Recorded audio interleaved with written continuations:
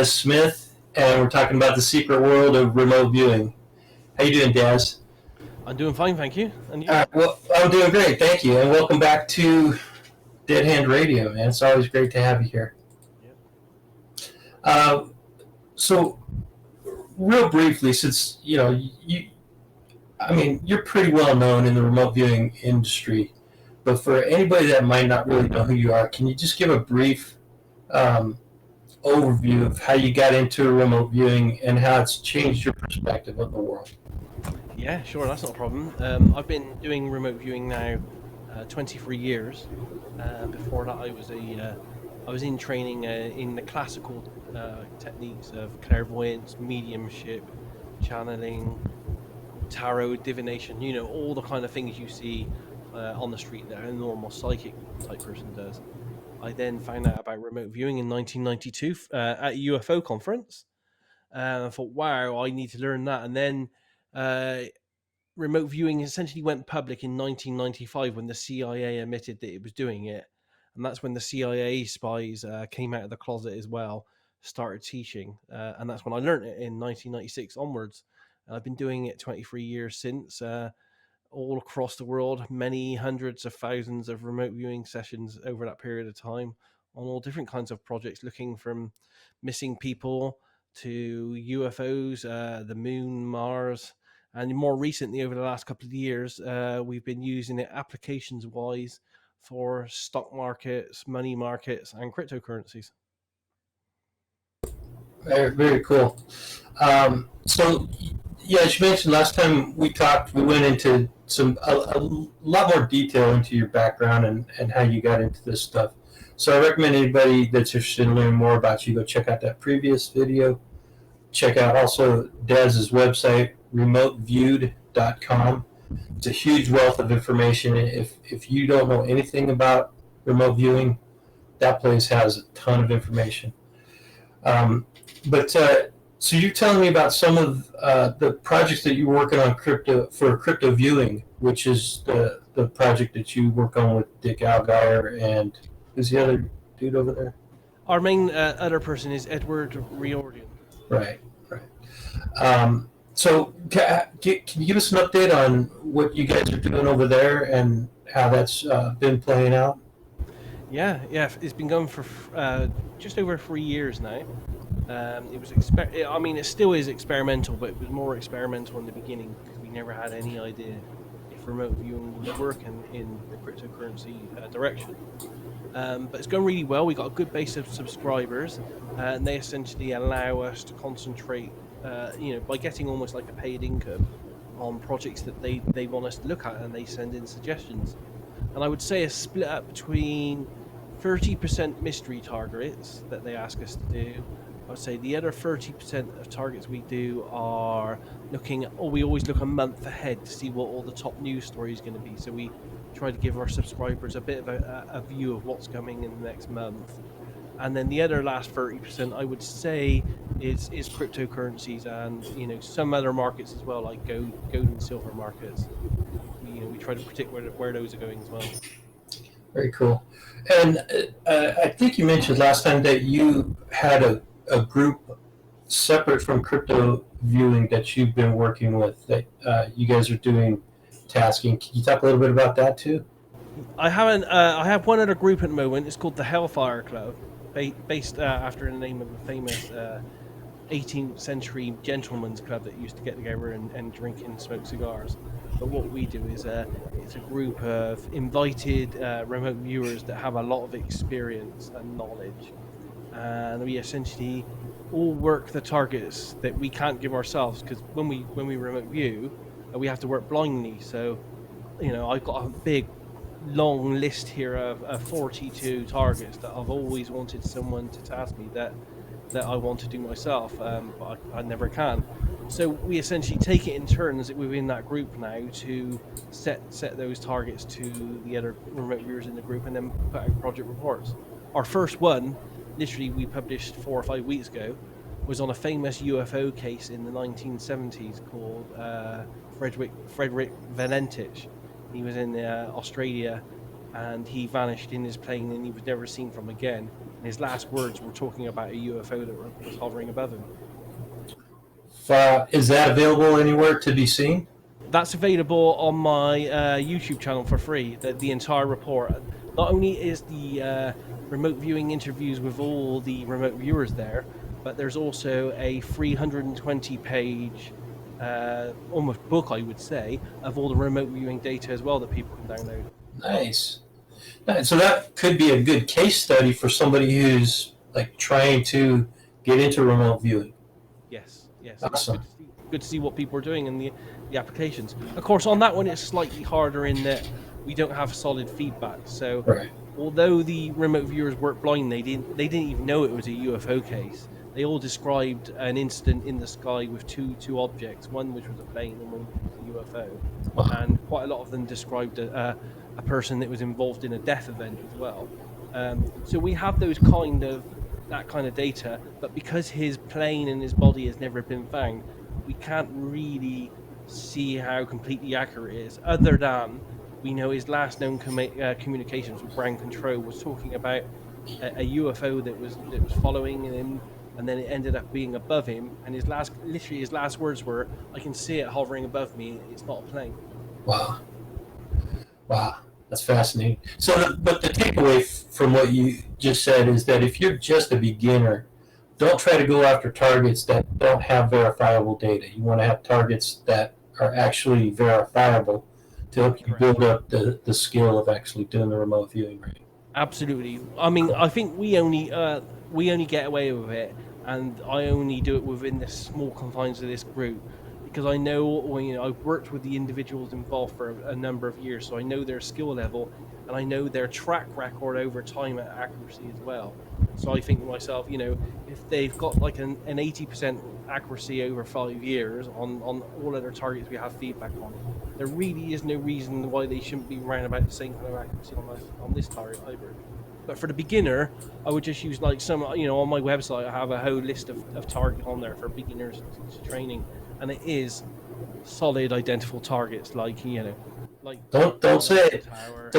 Oh, okay. Well, that's easy. I was going to say don't give any spoilers, because if somebody wants to try to go over there and do it, they don't want to be front loaded, right? Is that the right word, front loaded? Absolutely, yes. Yeah. I don't think that one's on there, the Eiffel Tower, but that's the kind of target that's on there. Something that's big, solid, easy for a beginner to get in a sketch and discern it when you look at the feedback. You go, oh yeah, I think I was correct on that. That's very cool. So, since we're already talking about, what can people do to get into remote viewing, to learn more about it, let's talk about the secrets of remote viewing. And maybe you could just give me some insider data, some insider information on, number one, what are the requirements for becoming a remote viewer? The requirements, whoa, that's an interesting one. And the Stanford Research Institute in the CIA, you hear CIA banded around a lot, but it wasn't just the CIA that was involved. When you look at the archives, and I have the CIA released Freedom of Information archives on remote viewing.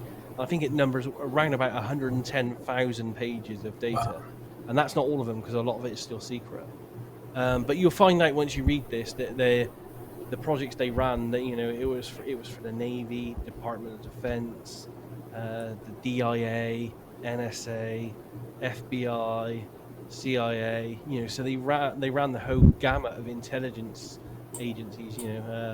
Doing secret projects. And as I said, some of them still to this day, 30, 40 years later, have been blacked out, and some of them in their entirety still have not been released to us, so we don't really know what they were looking at. But we know it was all to do with like Cold War type situations.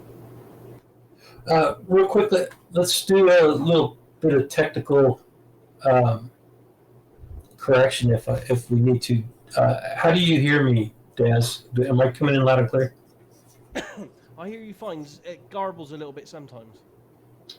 Okay. I might have to run out to the living room and kick some family members off of the Wi-Fi, because they might be slowing down my internet.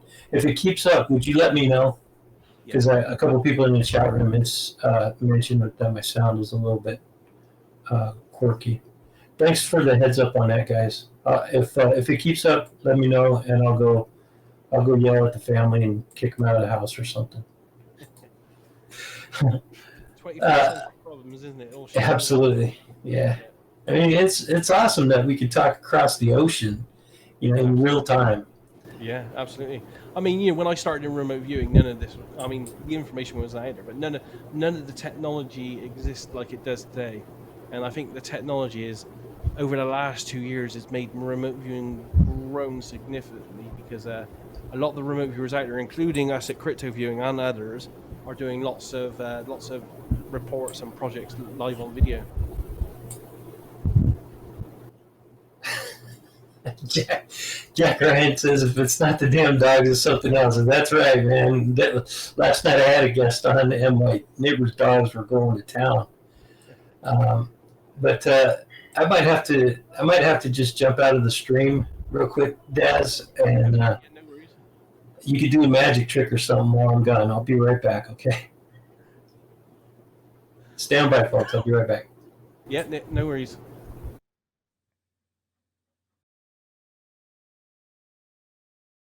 Hi guys, I can see your chat messages, but I can't, I believe, type one myself. But I see lots of comments saying hi there, so hi back to everyone. And if you've got any questions, while he's out the room, feel free to add them there, and I'll see if I can answer them. Have there ever been any criminal enterprises that tried remote viewing? Ooh, that's a good question. I'm trying to think. Not that I can talk about right now. There was something recently which may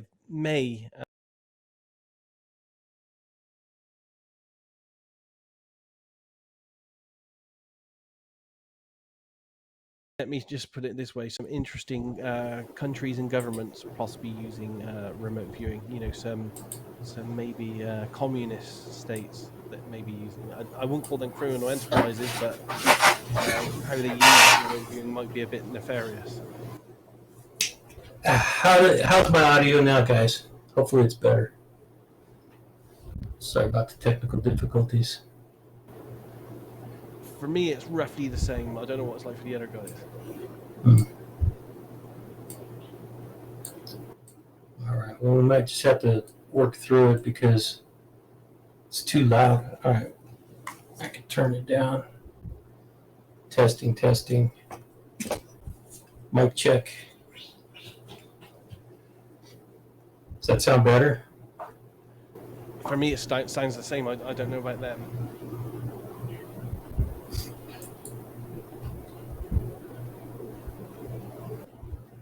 Okay, good.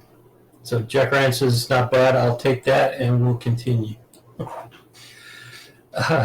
So yeah, I heard you talking about, and I saw the question about the criminal enterprises. Would it be too far of a stretch to imagine that possibly the mafia or even some of the terrorist organizations, maybe even drug cartels, would be employing remote viewers to nefarious deeds? I haven't heard of any cases of it, but if I were involved in any of those operations, I would be using it because it's quite cost effective. You can hire a remote viewer for roughly, at the moment, the going rate for them to do an RV session is around about $100 to $150. So it's, if you're doing anything nefarious, and if you wanted to, I don't know what a terrorist might want to know. Maybe somewhere best to place a bomb or something. Paying someone that amount of money, on a consultancy basis, and you probably wouldn't even need to reveal the target to them. It would be quite cheap. Wow. Yeah, you wouldn't even need to actually tell them the details of the operation, would you? No, and I've seen that happen with other RV businesses and operations online.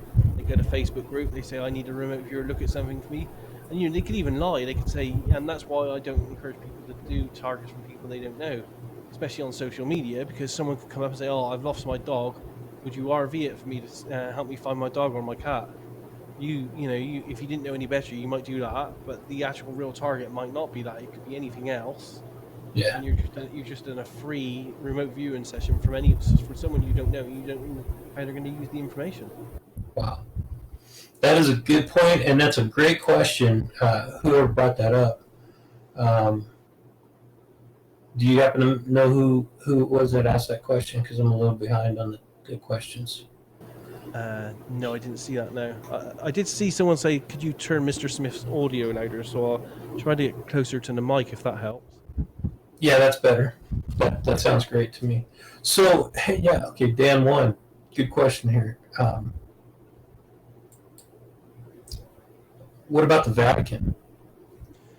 I've never heard of them using it, but if anyone was using it, they would be the type of people, because everyone, when you delve into esoteric subjects, you hear about the vast library and resources that the Vatican has, and they've got their own telescopes for astrology and all that kind of stuff. So yeah, if anyone was using it, they would. Other than it might, I've heard other people with religious beliefs think that it contradicts with their religious beliefs. For example, the people that did it in the Stargate unit were quite often told by people with a religious kind of bent that they were, working with demons and all that kind of religious stuff. That's So interesting. there might be a conflict there. Yes. Yeah, I could see that, but at the same time, it was, if some of the conspiracy theories are correct, then it's quite possible that the Vatican doesn't really care about the conflict, because they do some potentially underhanded stuff if you believe some of the rumors and innuendo about it. Yes, yeah. To be honest, I haven't heard any rumors or anything, but it wouldn't surprise me in the least if they didn't have their own hardcore unit doing that kind of thing. And as I said, it's once someone's trained, it's really cost effective. I bet there's a section in the Vatican archives labeled remote viewing. Yeah, I would probably take that. I would jump in on that bet. Yeah, me too. I would, because those guys have hidden knowledge, secret knowledge, and knowledge that you have probably never even thought about in those archives. And again, if they had any questions that needed answers, it's a really, once you get a remote viewer with a good reputation that you can base your results on, you can task them to look at anything and get any questions on anything and anywhere in time and space. How long does it take to do a single session? It depends on what you're doing, because there are several different types of remote viewing. For example, there's not a phenomenon, but a method that people use called ARV, which is called associative remote viewing. And that's essentially what they do when they're looking for binary answers. So you have a binary thing, so it'd be like a sports game. You have one outcome, which is A, and you have the second outcome, so if one team wins, it'd be A, the other team wins, it'd be B. An RV session for something like that, ARV, you can probably do in 1 to 10 minutes. You can go longer, but typically it's 1 to 10 minutes. But for normal, longer based projects where you have to get really down into specific information for the client, each RV session is probably anything between 45 minutes and an hour and a half. Okay.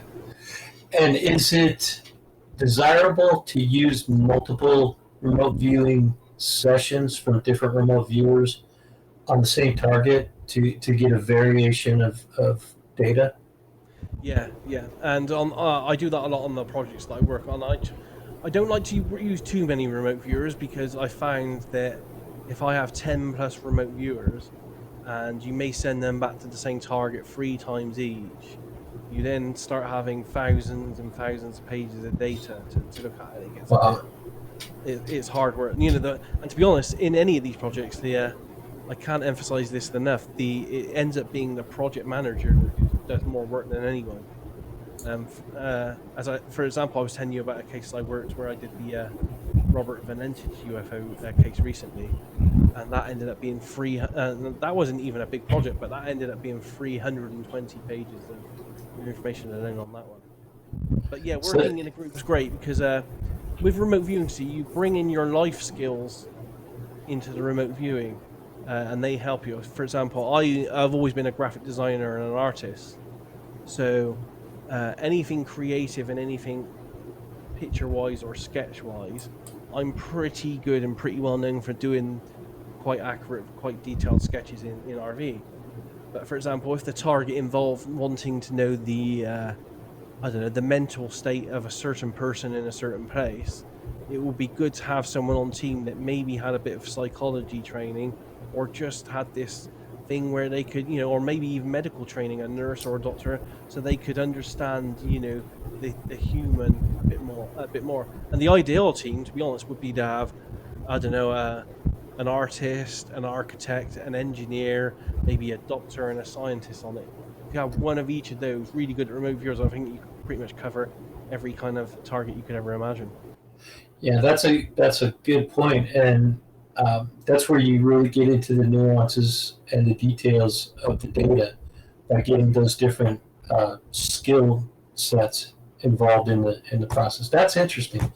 Really, really good point. I want to talk more about task managing um, in a second, but I love getting these questions from the people that are in the chat. Um, have you read Annie Jacobson's book Phenomena? I've I have, yeah. read part of it. It's a good book. Yeah, it's one of the best books to read, yeah.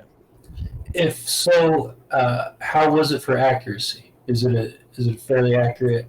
Um, It is. It's a bit slanted on, if I remember correctly, on the remote viewer. Well, I think there's two of them they focus upon in that book. And they are good remote viewers, but there are other really good remote viewers out there in the world as well. So you have to bear that in mind. But yeah, it was a good book. But there are a huge amount of great books out there as well. There's a great one called "Reading the Enemy's Mind" by Paul H. Smith, and he was an ex-CIA Stargate remote viewer, and that's got a really intricate but well recorded and detailed history of pretty much everything that remote viewing did over those 20 years. that leads me right into or back to this secret world of remote viewing and requirements. So, and we talked a little bit about the requirements. Is being psychic a requirement? Do you have to be psychic before you start remote viewing? Oh, that's a good question. I'm probably a bit more slanted than most people because I was, and I trained I started training in psychic stuff from probably about the age of 10 onwards. I took proper traditional training when I was 15 onwards, and then I found remote viewing when I was, I think, 21, 22. But when they trained the Stargate remote viewers, they picked people that had instances in their past where they thought they were intuitive. I'm just trying to think. I've heard rumors and tells. I don't think it's been fully documented that the best people to teach remote viewing is someone that hasn't gone through classical psychic training, because essentially if they've done that, then you tend to have to make them unlearn all the bad habits that they've learned through that to go for the new way, because remote viewing is completely different from being psychic, even though they are closely related like twins. And from your own experience, remember last time you talked about this, but once you learned remote viewing, you never went back to classical psychic. No, and I did the classical stuff, as I said, from around about 10 onwards, but properly from the age of 15. So it was a good 7 years in training in that before I found remote viewing. But once I found remote viewing, it was like, no, I don't need those other techniques. Because what I found personally, and it may change for other people, I found that when I was using clairvoyance or mediumship and everything, you're kind of being used as a tool, but the process controls you, and you're just there along for the ride. You don't really have any say in the matter. Whereas, and a lot of it was spontaneous as well.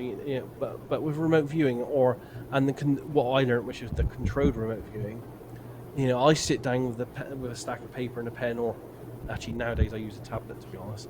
So I sit down with my electronic tablet at a table. I say, right, I'm going to do the target. I'm in charge. And once I start it, I then determine where I'm going to go to around the target. So I key myself essentially. So I may say to myself, okay, I feel like there's a structure. I'm going to go inside the structure. And then once I'm inside, I may say to myself, okay, I'm going to go a floor up or a floor down. So I'm in control of the entire process and how much information I get.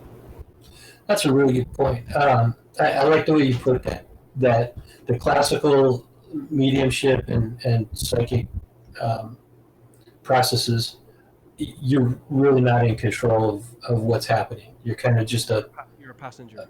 right. I love the way you put that. And in controlled remote viewing, you're actually the driver. Yes. I love it. That's great. Um, when you mentioned going up and down on the floors, it reminded me of the remote view you did of Area 51. I think that is one of the coolest, my personal opinion, is one of the coolest remote viewing sessions you've done. It's one of my favorites. Yeah. And I literally had to wait. Well, I did it I think 2 or 3 years ago now. So I literally had to wait 20 years for someone to give me that. Yeah. Well, I'm glad somebody finally did, because Yeah. that's an incredible remote view, man. I recommend everybody go after this live stream is over. Go check out Daz's YouTube channel. And look for that one. Well, do you know what the title of it is called? My YouTube channel is just called Remote View, so you can go to or if you type in Daz Smith into YouTube, it usually finds my channel and the Area 51 video. Yeah. Yeah. Or you could probably do Daz Smith Area 51 remote view, and I think it'll come up to the top of the search. Yeah. What is the secret to being a good remote viewer? So if everybody can do it, some people are going to do it poorly, some people are going to do it exceptionally, but majority of people that do it for a period of time are going to fall into the category of good. What does that take? Okay, well, it's probably I think it's probably different for everyone, but as some kind of let me see, some summation of how we could do this, I would think it's something along the lines of 25% natural raw ability. You either have or you don't, plus 25% how much dedication and years you're willing to put into it, and maybe another 25-30% on if you're going to use one of the methods, or whether you're just going to try a natural approach to doing it. So I think it's probably a combination of all those together, and then the end result would be a combination of those three figures put together that if you're going to be good or not. Really miss any one of those out and probably could impede your overall ability, because as I said to you, I've been doing this 23 going on 24 years now, and I still class myself, and I tell everyone that I'm a student of remote viewing, because every single time I do remote viewing, and I probably do 3 or 4 a week at the moment for projects on crypto viewing and other people, but every time I do one, I always learn something new on each one I do, so it's like a never-ending journey. It sounds like that's probably a big part of it too, is your attitude going into it. Yes. Don't think that you're the best. Just let it happen. Oh, yes. and do what you can. And it's like everything in life. There's always a bigger fish than you out there somewhere. Yeah. But not only that, it's a skill which is performance based. So it's a bit like being an athlete in a way, and some days your mental state may not be right, and you just you're thinking too much about paying the bills, so you just can't hone in on the target. Other things may affect you as well. There's lots of possibilities that geomagnetics might affect us, sunspot activity might affect us, even where the moon is in the sky may affect us at the time of month, and how and the quality of our remote viewing. So any one of these factors, or a combination of these factors, can be in play and on a certain day, and you just may have an RV session which absolutely is terrible. It stings. The next day, if you did the same thing, you might have one that's an absolute hit. It's just one of those things. Which is why, going back to your question earlier, it's good to have a team involved, because if you have a team of 5 remote viewers, the likelihood that all 5 of you on the days you're doing it, or all having a bad day, is pretty unlikely. You would think that at least one of you might have had one bad RV session within that lot, so the others can compensate. So Dan one had a question, and I'm going to caveat this question, but what would be the ultimate RV target, personal target for you, Daz? And I know that you don't want to put that out there because that could potentially lead to a front loading in some way. So if you can, maybe two or three options. Okay, I have so many that I haven't been tasked with. One that would be good, which I've tasked other people, but I haven't got anything good yet, is a mystery from World War II called the Amber Room. Yeah, I know that one. Yeah, But that's always been in the back of my mind because it's been, it's worth hundreds of millions and it's lost to time. The Nazis stole it and it's there. It's got to be somewhere.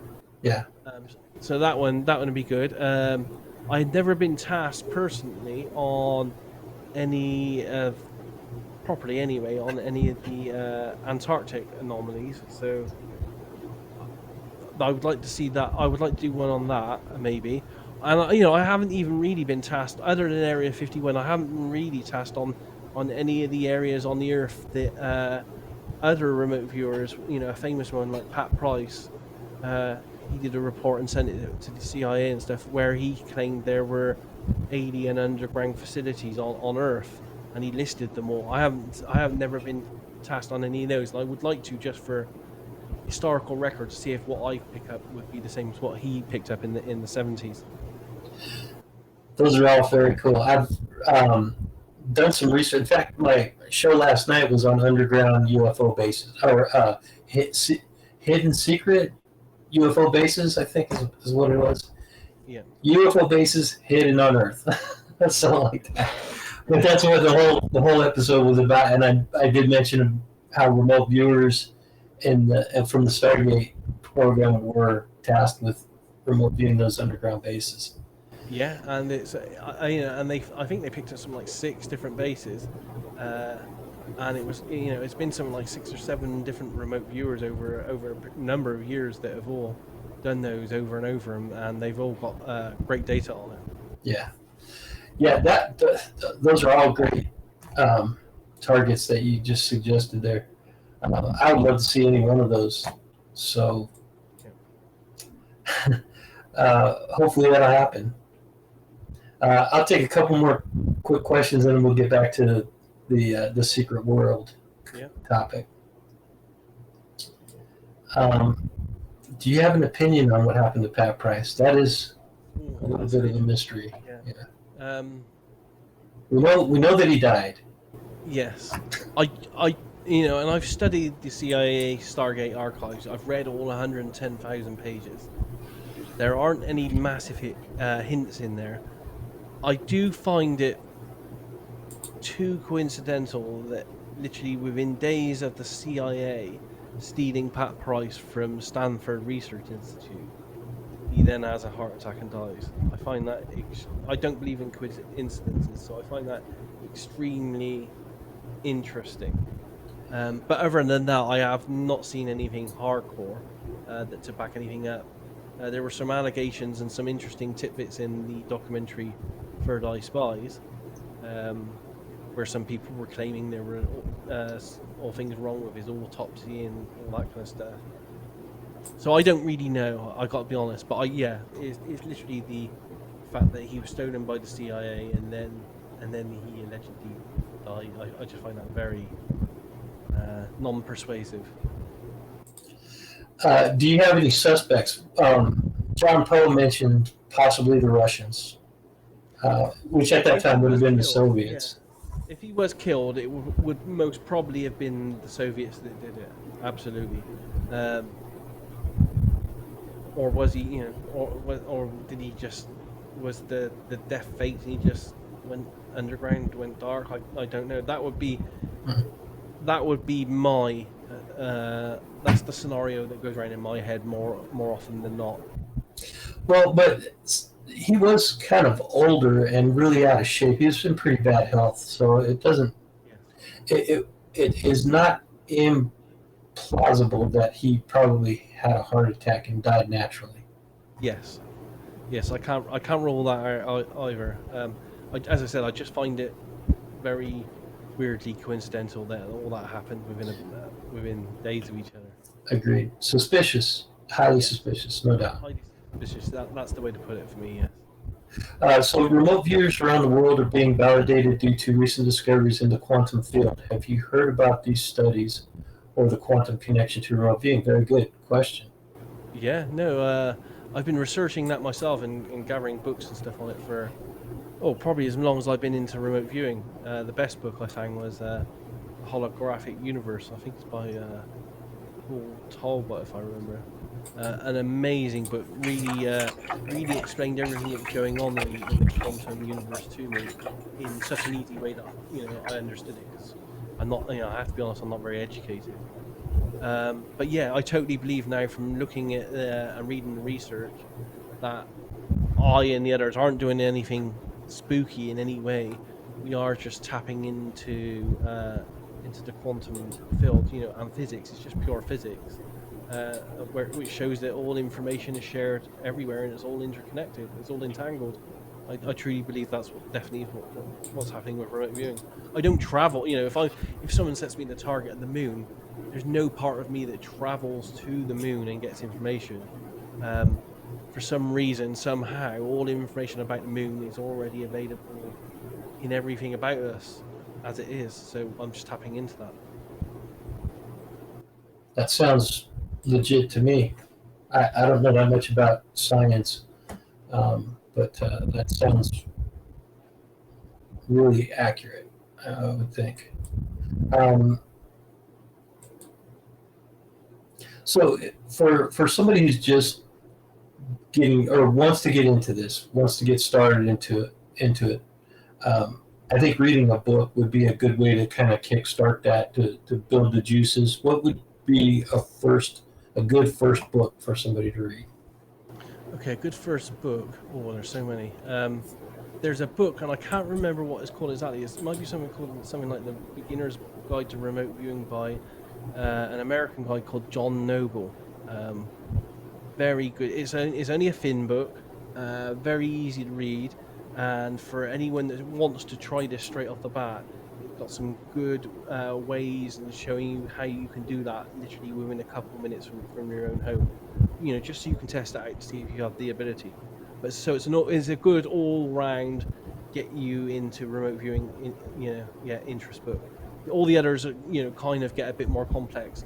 Other than, and it's not entirely accurate, but as a good kind of story, kind of feel like a movie read, Psychic Warrior by David Morehouse is still a good one for me. A good read every now and again. Cool. Would it be ideal if everybody in the world could remote view at will?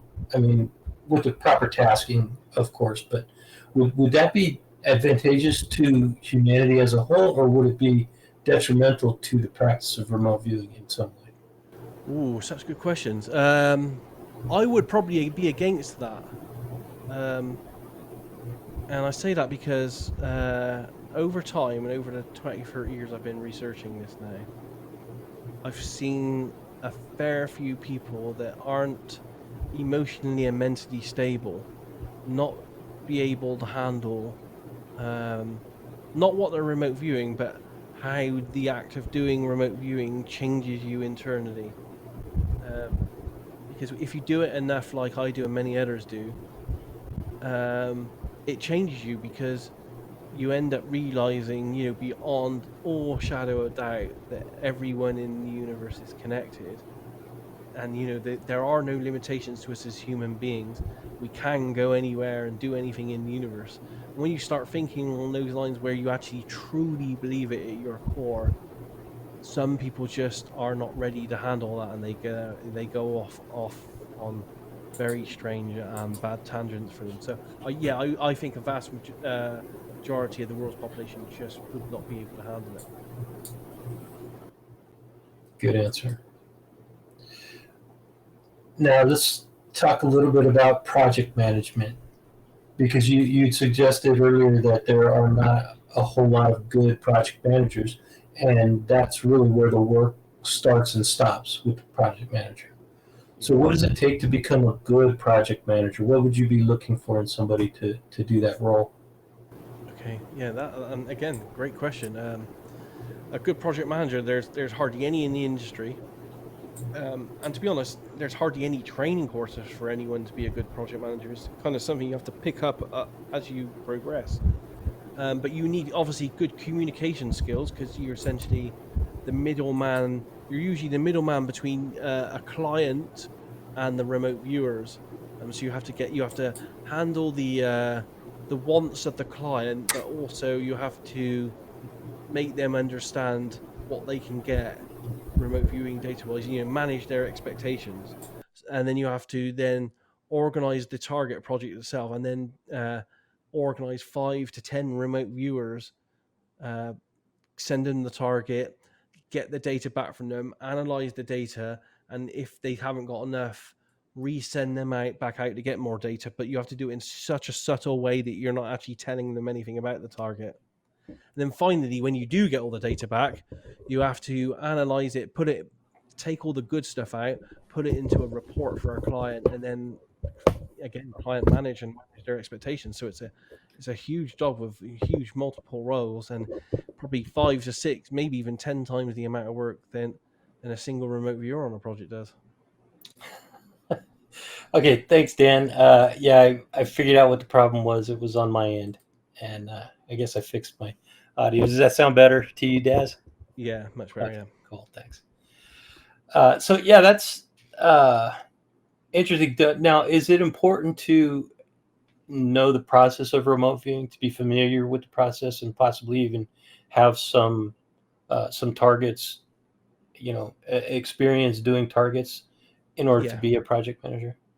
Uh, you could probably get away with not doing it, but it is highly beneficial because then you can, and we all use different methods as well in how we do our RV, and it's probably good to have a little bit of training and familiarization with in the methods that the remote viewer is using because they are all different and they have their own nuances as well. So yes, I think it would be. Yeah, I think in all the work I've done, I think it's highly beneficial to projects to have at least a small amount of training. You don't obviously have to have 2 decades like most remote viewers, but yeah, 6 months to a year or two under your belt would help. Yeah, any training that, like you said, there's very little training that somebody who wants to be a target manager could actually go take. But Yeah. is there any training that you can think of that's available? I don't know. There's hardly anyone. I mean, there may be 1 or 2 people. I think there's a trainer called Laurie Williams that might be doing training for project managers, and maybe even another person called Pam Coronado. But literally, in a field of something like 20 to 30 people out there training people, there's 1 or 2 that might be actually training people to be project managers. The rest is just like you make it up as you go along. And you learn on the job. Yeah. Yeah. Do you think, well, so with that in mind, do you think if there was a push for project managers and with only a limited resource of available remote viewers, if you had this growing pool of project managers that are tasking the same remote viewers, like two, three project managers tasking the same group of remote viewers, would that be a bad thing or a good thing? I think it's ultimately it'd be a good thing because Okay. one of the things I found really beneficial in remote viewing is having trust in your project manager, which tends to develop a little bit over time. Um, and if you don't have a trust, if you're working with a project manager you never worked for before, you don't know how they work, you don't know if they can do your data right. There's all this stuff in the back of your mind that's worrying you, and any of that, what we call noise, is just a hindrance to the entire process. So the more you get to know someone, know that you can trust them implicitly in what you're doing, that takes a huge weight off your mind as a remote viewer, and you just go for your job a lot better. Cool. Quick question from the chat. Jack Ryan says, "Is there a Turing test for remote viewers?" Um, no, just and I say this to most people. I nail targets all the time, but we're only as good as our last target. So a test for a remote viewer is to look at their back catalogue of work and see if they got any accuracy or not. Good point. And Pontiac says Paul Smith teaches an operational course. Okay, yeah, Didn't know that. I did know that he has his own course. It's um, I think it's available again. I think he's offering it in person once again, but it was offline for a while.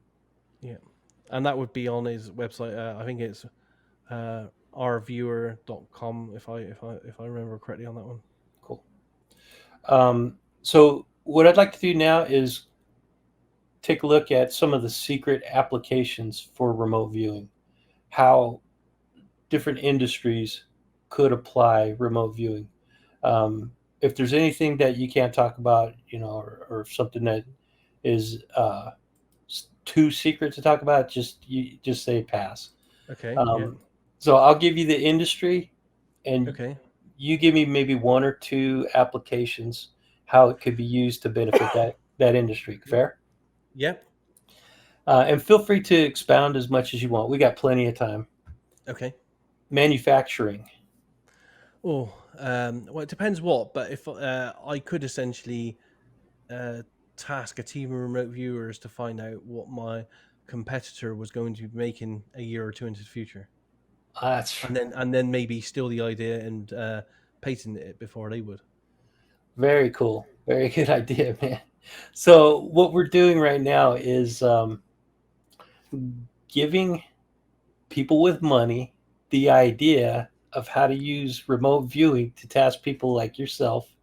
Yeah, Um, of course, some of these will have problems with ethics, yeah, but in a court of law so far, psychic stuff doesn't exist. So I don't know if you could ever be tried for using a remote viewer to look to the future to find out what product was going to be made, and then make it yourself a year before that. I don't know how you could be sued for that, but ethically, it may be questionable, but it's doable. uh, so that's a great one. What about using it to, a more ethical way of doing it to solve a problem in manufacturing? Like we've got a bottleneck in creating this particular product that goes into our end product. Uh, could remote viewing be applied to like creating a solution to overcome these bottleneck type of things? Yeah, and you could do it. Just off the top of my head, in two different ways. You could maybe move the remote viewers to a point in the future where that bottleneck has been fixed, and then ask them to describe how it was fixed. Or you could just ask them, there's a bottleneck in the process. Remote view what the solution would be. I'm sure that might give you good answers as well. So yeah, you could do both of those. Yeah, these type of back and forth questions really give me a little bit of insight into how your mind works. Mhm. It's really interesting for me to do this. Okay, yeah, So moving on, financial services. So insurance, yeah. banking, investments. How could remote viewing be used advantageously? Well, as you know, for crypto review, and we're kind of doing this at the moment, we're giving people looks into the behind the scenes of cryptos and markets. So we're giving them a little bit of advice that way. But for insurance companies, for example, you could hire a remote viewer. It depends on what insurance was being paid for. But if someone claims that they broke, I don't know, their car was $1 million and they dinged it in some way and they said it was an accident, you could hire remote viewers to have a look at the case and see if it really was an accident. And if it wasn't, where the evidence may lie that they can prove, a case against that person. What about this for a scenario? If insurance in particular, you task a remote viewer or a team of remote viewers to look into the future and look at potential uh, claims, like for example, the Paradise Fire in California 2 years ago, right? The whole town was wiped out, and insurance companies almost went bankrupt because of the amount of Yeah, claims that came in. Is there any way to task a team of remote viewers to kind of yeah, see something like that coming and prepare yeah. for it? I mean, there are other factors in play, like, for example, we know that looking at the future is inherently less accurate than looking at past and present targets. But you could do it. You could essentially, as a insurance a company, you could, I don't know. There's many ways you could do. You could divide an entire country up or state into grids, and say, okay, could the remote viewers tell us which grid here or which of these grids are going to be high casualty rates for us as an insurance company over the next 12 months? There are so many different ways you could do this, but you can essentially task any of the remote viewers or a group of remote viewers to go in any scenario, looking at any place, any area at some point in the future, just to see if it's going to cost them money or not.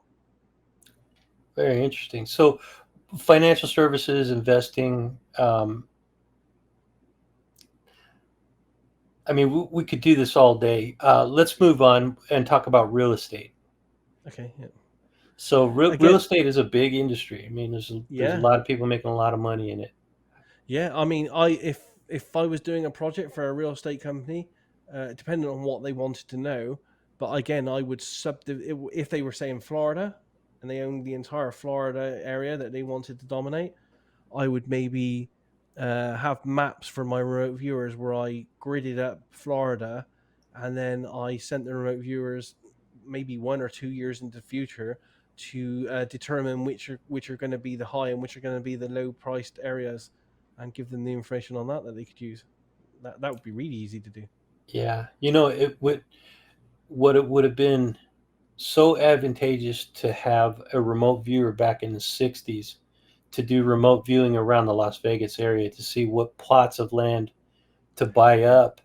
because 40 years later this town is a boom town. And Yes. Yeah. And that kind of thing is easy to do. And bearing in mind, these companies, on in their R&D budgets, they must have hundreds of thousands, in some cases millions. yeah, So, and as I said, to have a project manager to task a team of 5 remote viewers to look at, say, one of these scenarios we're looking at, very simply, you're talking easily under 10,000, yeah, which is well worth the investment, because yes. the investment's going to potentially yield a hundred to a thousand fold Yeah. return on that investment. I mean, and we don't under crypto viewing. I have to make it clear we do not give what we class financial advice. It's just for fun, Yeah, because you can't do that. But the with the help from us, there are huge amounts of people that are following our just for fun advice on crypto viewing and making serious money. Some of the returns on cryptos that they could have made is 1,100% in a year. jeez. So that's a good point to like expound on that right there, because this is something that you do as part of your income, right? I mean, you get Yes. paid to remote view for crypto viewing. Now, I have no problem with you giving a plug to where people can go to subscribe to that, because it would be beneficial to the people, the subscribers, as well as to yourself. So, how can people learn more about crypto viewing, and how much is it going to cost people? To be honest, I don't know what the rate is. It's a Patreon rate, so it's like a tiered system. I think it starts or it used to start at $1 just to get the newsletters. Then it went to something like $7, $10, and then on up. And with like most things in life, the more you pay on a monthly basis, the more information you have access to. But yeah, we do. As I said, we do 4 to 5 different cryptocurrencies a month that we look at. You have 5 remote viewers all looking a month ahead at the world's news, and we roughly do 10 to 15 predictions each. So you're talking 50 to 70 news predictions for the following month. You get your mysteries targets as well, and we also have other people in the team. Like, we have people that know the markets inside out and financial advice, and they're always doing charts and information saying to people, hey, look, this is what's happening right now. It's not financial advice, but it may help you if you want to look in that direction. Right on. It's something that I have to take a look at. I've seen, it's Dick Algire's YouTube channel. I mean, he's the one that I see on that YouTube channel. doing the Yes. videos, and he Yeah. does some funny videos. He does He some does. predictive videos. Yes. Um, it's a good channel too, so I recommend anybody check out that channel. Just to get an idea of what crypto viewing is about, and then check out what Absolutely. is it cryptoviewing.com where people would go It's to sign up. cryptoviewing.com, yes. But as you said, if you want to have a good idea of what the kind of stuff we do try to put as much that we can for free.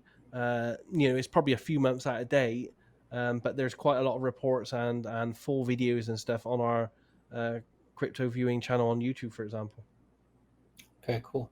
Yeah. So I have a couple more industries that I want to go through just to kind of break Okay. down how um, remote viewing could be used, you know, within these industries to benefit, potential. For example, did I mention oil, the oil industry? You didn't, but oil again. Oil, I would, if the client had an area they wanted to look at, I would again probably subdivide it into squares or something and get the remote viewers to do square by square to see which ones they felt were going to be the most beneficial at a certain point in time. I'd put parameters in there depending on what the client wanted to spend on looking for it and what their return might be. So we try to find out, which square would give the highest returns for them or something. Yeah, which location. Would mining be any different than oil? No, you could do the same with mining. Again, you could have an area and you could say to remote viewers, depending on what they wanted to find, if it was gold, you could say, okay, there's an area here, we're going to subdivide it in the grid. Where do you think there may be the best gold deposits for this client? And again, we make it specific. We set in certain ranges because there will probably be gold or something all over the place, but we'd want to hone in on the biggest ones or the ones in a certain location, which would be more cost effective for the client to get. So it would all be written into the tasking of the project itself to hone that down to specific information. Now, this question goes into a little bit into the financial services, the investing arm of financial services, also. Yeah. So, like, could you predict? Could remote viewing be used to look at the market 6 months from now and see how volatile or how much increase oil or gold or commodities is going to go up or down? Yeah, Yeah. yeah, and we do that in crypto viewing, and I don't have all the records, but we did one what we call ARV experiment, looking at the Dow Jones for 6 months, and we put out a report for our subscribers saying, okay, and then within this 6 month window, the Dow Jones is going to go above its all time high, and it's never gone this high before, and it's going to do it, and it's going to crash through it, and within that window, the Dow Jones did exactly what we said it would do. So Wow. anyone following that would easily have made money on the prediction. Very cool. So tech industry, how, any thoughts on how it could be used in that That would be area? easy. For example, if I was Google or if I was Apple, you could do it each other. More if I was Google, I would look 2 years into the future, or maybe 5, 10 years, depending on what I wanted to do, and what the next Apple iPod projects or Apple products were going to be. Get an idea on them beforehand, and then maybe replicate and do them myself first. Is there a way to protect yourself if this became a type of corporate espionage that companies were using against each other? Is there a way to protect yourself from that? Not that anyone's ever aware of. There's no way to stop remote viewing. You might be able, and there are rumors. I don't know if it's true or not. You might be able to put things at a target site to confuse a remote viewer, for example. And I'm not sure if this will work or not. If you knew that you were Apple and you had your lab technicians working on a secret microchip, for example, in a lab, you could maybe in the environment of the lab put something strange in there, like, I don't know, a full bodied clown or something, so that if the remote viewer were looking at it, they pick up a clown and they go, well, obviously I'm not in the right place, this is just off target. Yeah. I don't know if that would work or not, and I've heard rumors of people give solutions like that. I'm not sure it would work, to be honest. And as far as I'm aware, from all the research and all the projects I've ever worked, there is no defense against remote viewing, other than the more you go into the future, the less accurate it seems to be, time wise. Okay. Yeah, that's a tough one, man. So if you start if a manufacturing company or a tech company starts to see their products coming out by competitors before they can actually get them to market, then they maybe need to look into tasking some remote viewers to task those competitors to see how they're achieving those results, maybe, right? Yeah, absolutely. And I'm still shocked to this day that companies with budgets of hundreds of thousands or hundreds of millions even on R&D aren't just spending, we're not even talking 0.1% of their budget to task a team of remote viewers just to see what they get. I mean, even if you don't use the information, the money's insignificant. Yeah, Why not give it a punt? Any information is better than no information. absolutely. Now, that's the last industry that I had, but oh no, actually, there was one other industry, and this one's pretty huge. And you've already touched on it a little bit, but I want you to kind of think about it from a different perspective. What about the government? How could the government, something that you haven't talked about yet, or maybe even thought of, how could the government use remote viewing? Or they could use, yeah, they they could use it in nefarious ways or in good ways, really. Nefarious ways, you could even try to predict months or years in advance who's going to be the next person that, I don't know, goes on a rampage or kills or does something against the government, or even a whistleblower. If they're worried about a potential whistleblower coming out, they could try to hone in on it a year or so in advance to try to get an idea of location, if they're male or a female, roughly what part of the government industry they're working in. I would have thought you could hone it down and get quite a few details with it, which would then allow you to keep a preemptive eye out well before something like that happened. Hmm. I guess the applications are limitless, only limited by your imagination, really, to think of scenarios where Absolutely, you could yeah, apply it. Uh, absolutely, yeah. yeah, it seems like such a valuable skill set to have and to use, but it's so underused. And Yes. I agree with you. I don't understand why they don't use it more in different No, areas. I mean, I guess it's still the giggle factor and the fact that it's psychic and all that kind of stuff. But I really, I don't really don't understand. I mean, we are getting more industries using skills. There are people that I talk to all around the world who are getting employed more by big business to look at product development, to look at flaws within their own product ranges, within the way they work. But it's nowhere near enough. It's because people don't have this open mind to this kind of uh, technology, because it is a technology Yeah, working for them. But as I said, the cost is so little. It's shocking that they're not using it. yeah.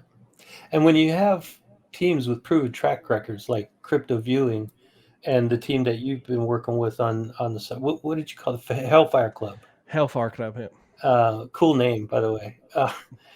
Um, you have those kind of track records to look at and Yeah, proof of concept right there. It would seem absolutely. that Yeah, a company with hundreds of millions of dollars to spend on R&D would go, okay, we could spend $10,000 on this team right here to go look at what yeah, to do next or how to solve a problem. absolutely. And don't even tell your bosses or anything it is remote viewing. You don't need to. You just say, oh, I've hired a bunch of, and that's the way we work. You hire people like me on a consultant basis to give you information. A think Whether you tank. decide to use that information or not at the end of it is entirely up to you. You don't need to know. A business doesn't need to know that I'm sat there doing remote viewing. All they need to do is look at my data and say, does this apply to the target that I was set?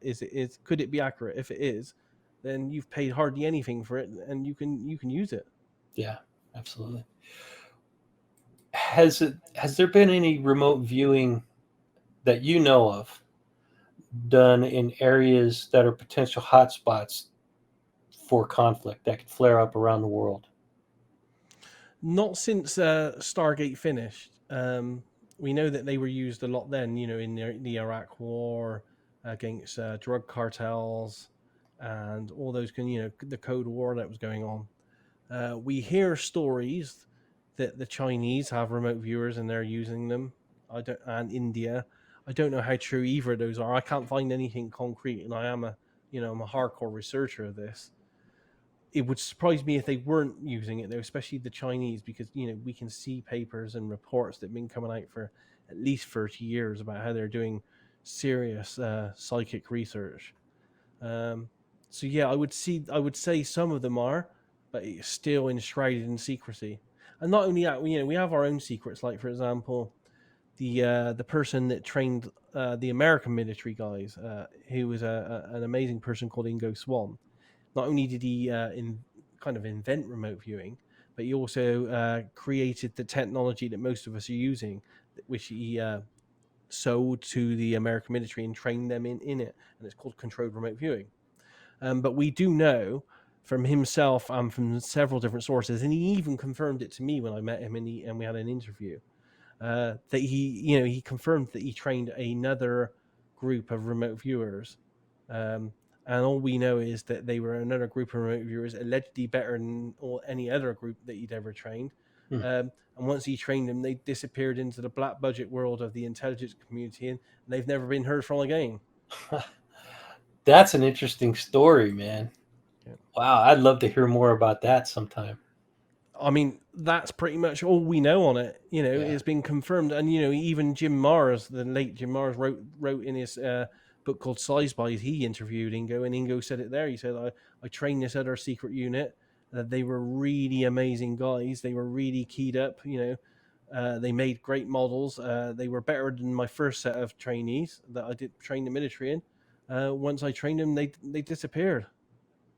That's amazing, man. And none of us, you can ask any of the Stargate remote viewers, you can ask all the professionals like Joe McMoneagle, people like myself that have spent 20 years researching every facet of RV history. They're gone. There's no trace of them. But Okay, has Ingo anybody did not thought about? lie. He did Has not anybody? embellish things. Sorry, thought about tasking that target to see if those guys exist or where they ended up? It could be done, but again, like some of the other esoteric targets, it's all about feedback. Right. Good point. Good Yeah. point. It would be fiction more or less It because would be hard, it's hard to you prove it. may get them describing a group of people working in some kind of place, maybe an intel place or a base somewhere or doing something. How do you confirm that? What do you do with that information? Could you maybe FOIA some operations that were associated with what they were involved with? Like look at their operations and see what they've. Yeah, that would be tough. Yeah, I That's good. expect if they are doing it, I mean, I've seen no evidence that anyone is doing it, but I would suspect if anyone is doing any remote viewing for the US services or intel or military in any way, I think it would run like it does in tangent with the UFO stuff that we've seen of late, and it would be tasked to an outside agency as a subcontracted kind of contract Oh, hinted under right. names and numbers. So it wouldn't be called remote viewing. It would just it'd just be consultancy under such and such place in such and such place. And So if it it would be was a very hard to. subcontractor, you can't FOIA Yes. any of that stuff. I don't think they'd have I don't think they'd have an internal agency. I think everything would be subcontracted out to subcontractors and other companies who would then have something set up. So essentially you're just paying a consultant for information. Wow. So I see your questions, guys. I just wanted to have a little bit time one-on-one with Daz and get through these industries. But I'll go back through now and see if I could try to get all the questions. Thank you guys so much for your input. Um, let's see. A comment. So this is regarding the Paul H. Smith course. He gives instructions in all aspects of operations. Students from all schools are welcome. Um, let's see.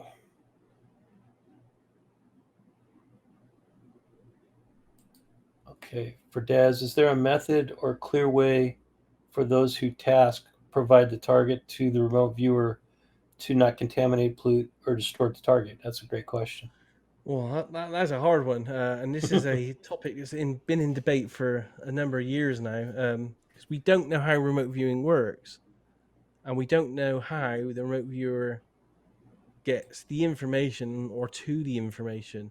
And I have a theory that I can't fully prove as yet, that there's a whole lot of telepathy going on between the remote viewer and the person tasking the target, and maybe any other person that's involved in the target, including the people in the future that read the reports about the target.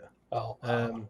Because essentially time doesn't exist to remote viewing, so the information could be pulled from something that happens into the future, into the past.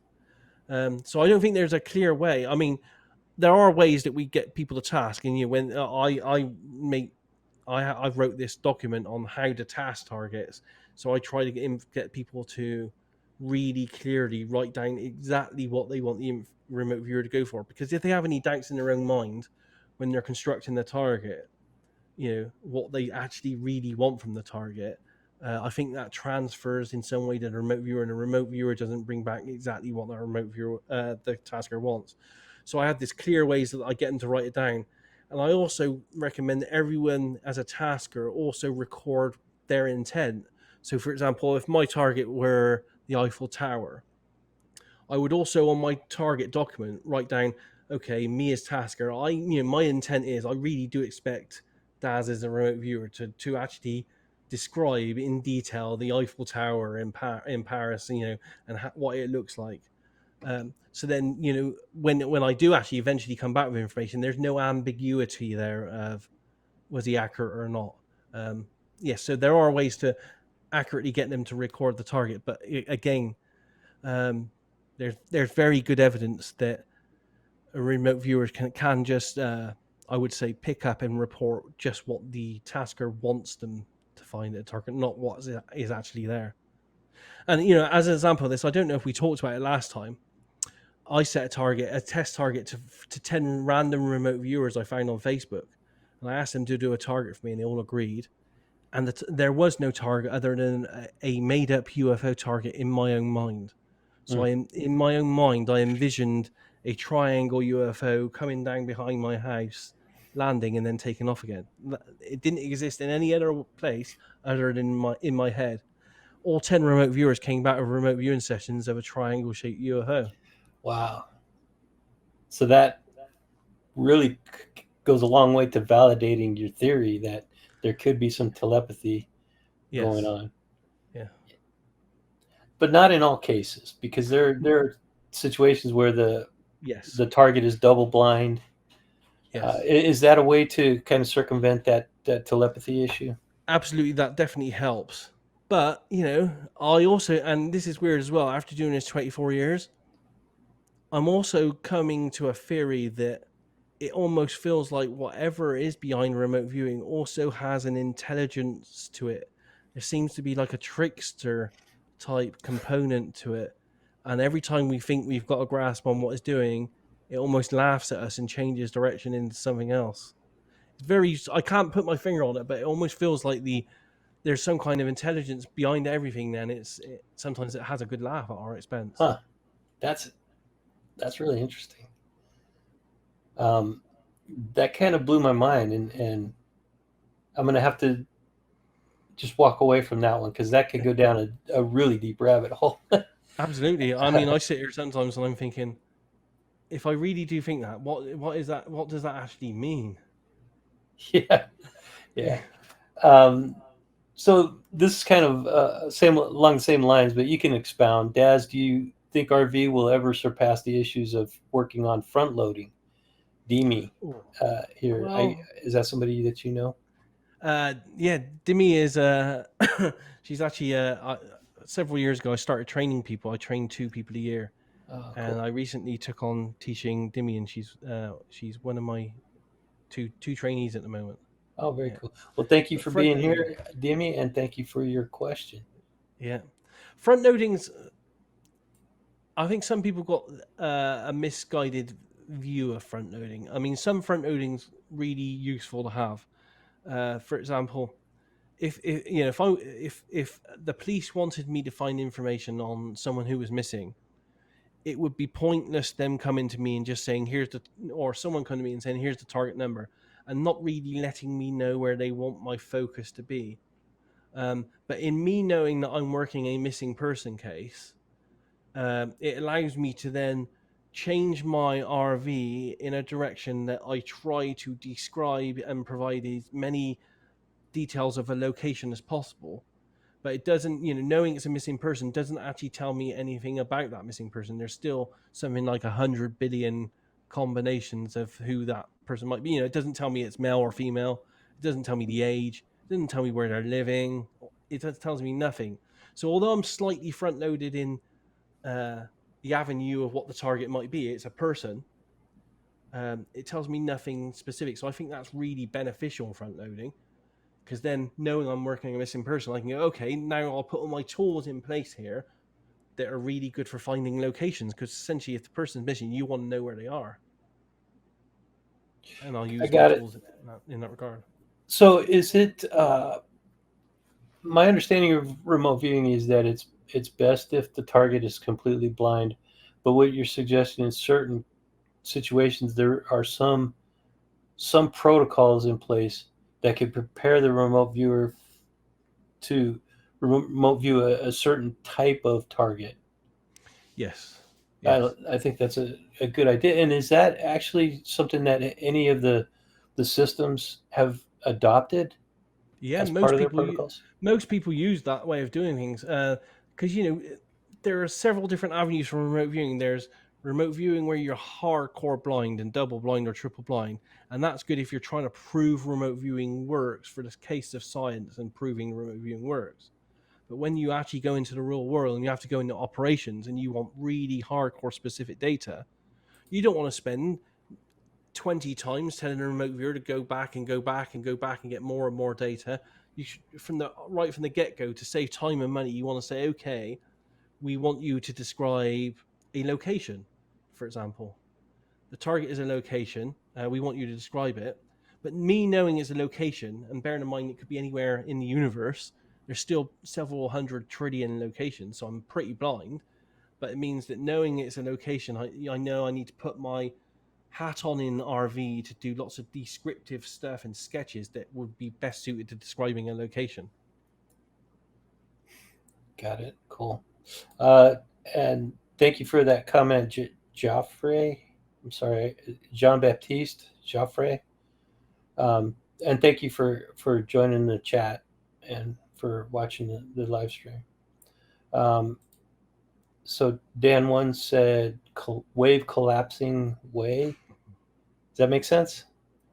Uh, I think it might be the comment above about someone's Star Ali said, yeah, thanks, Daz. It puzzles me because of the interconnectedness, Yeah. and that puzzles me as well. I still don't understand to this day, and I guess it's because people don't realize how interconnected we are, how people can go out and they can be horrible to other humans and kill them and stuff, when everyone and everything in the universe, us and animals and everything, we're all interconnected.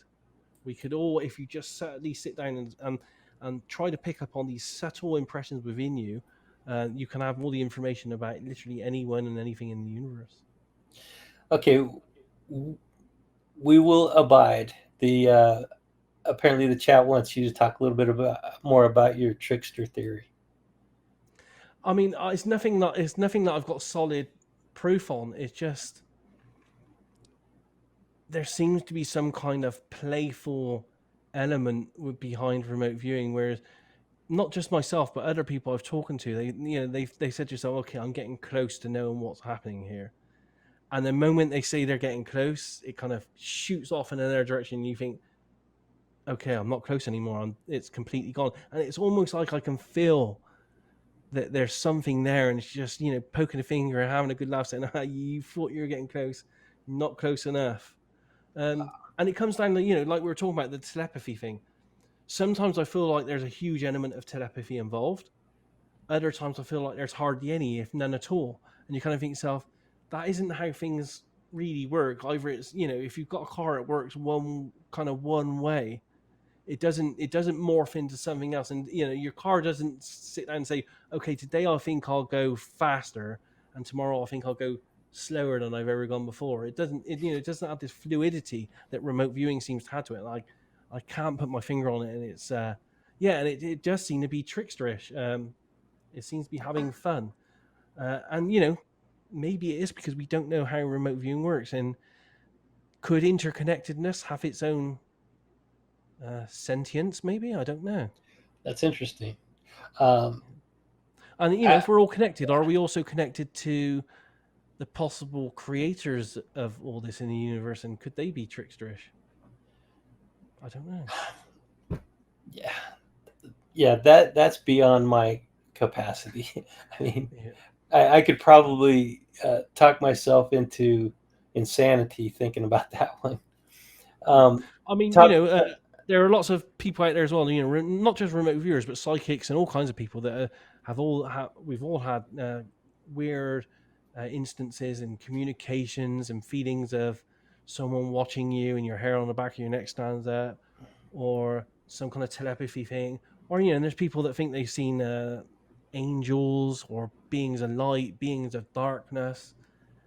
If we're all interconnected, are they involved? Do they have a say in what's happening here? Could any of those influence us just because that's what they want to do because it's funny? I yeah, don't know, but it's not as straightforward as I would like it to be.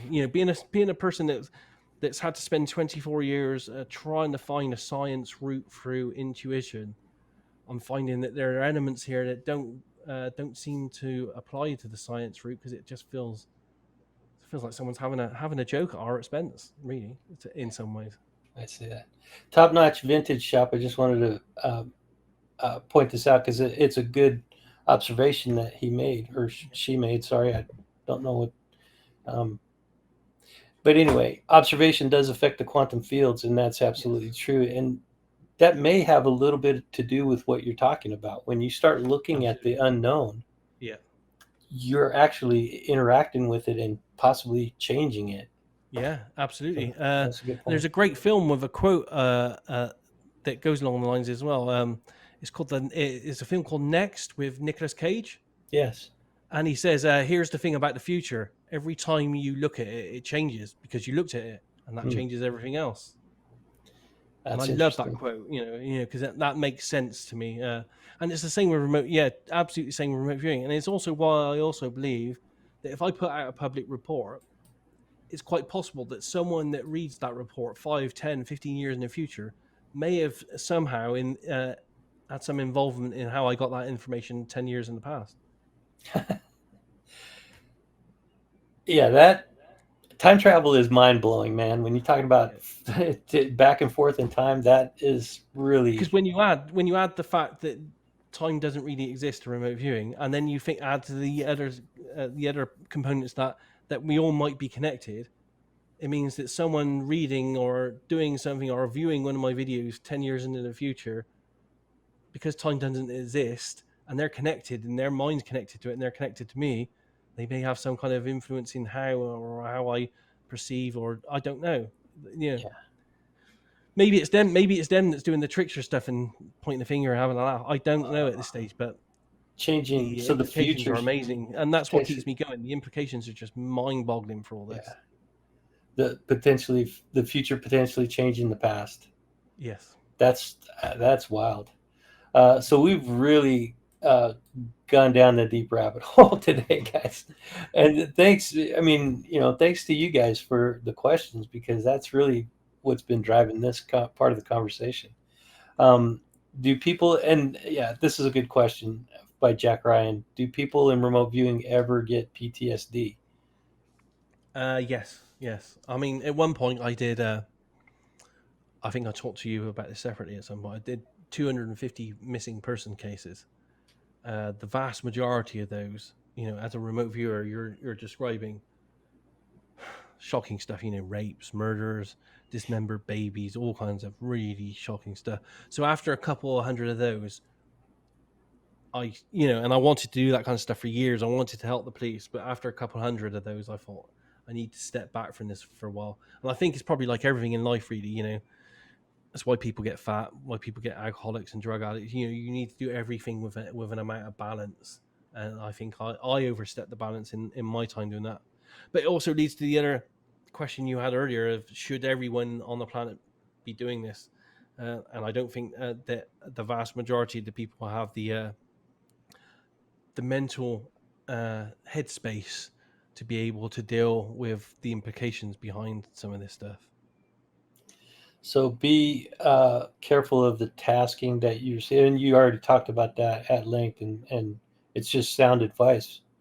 Yeah, Don't never. take If don't anyone's take thinking of targets doing from remote everybody. viewing, never go to Reddit or Facebook and accept tasks or anything from anyone you don't know, because that's highly dubious. You might be being tasked by a serial killer to look for his next victim, for example.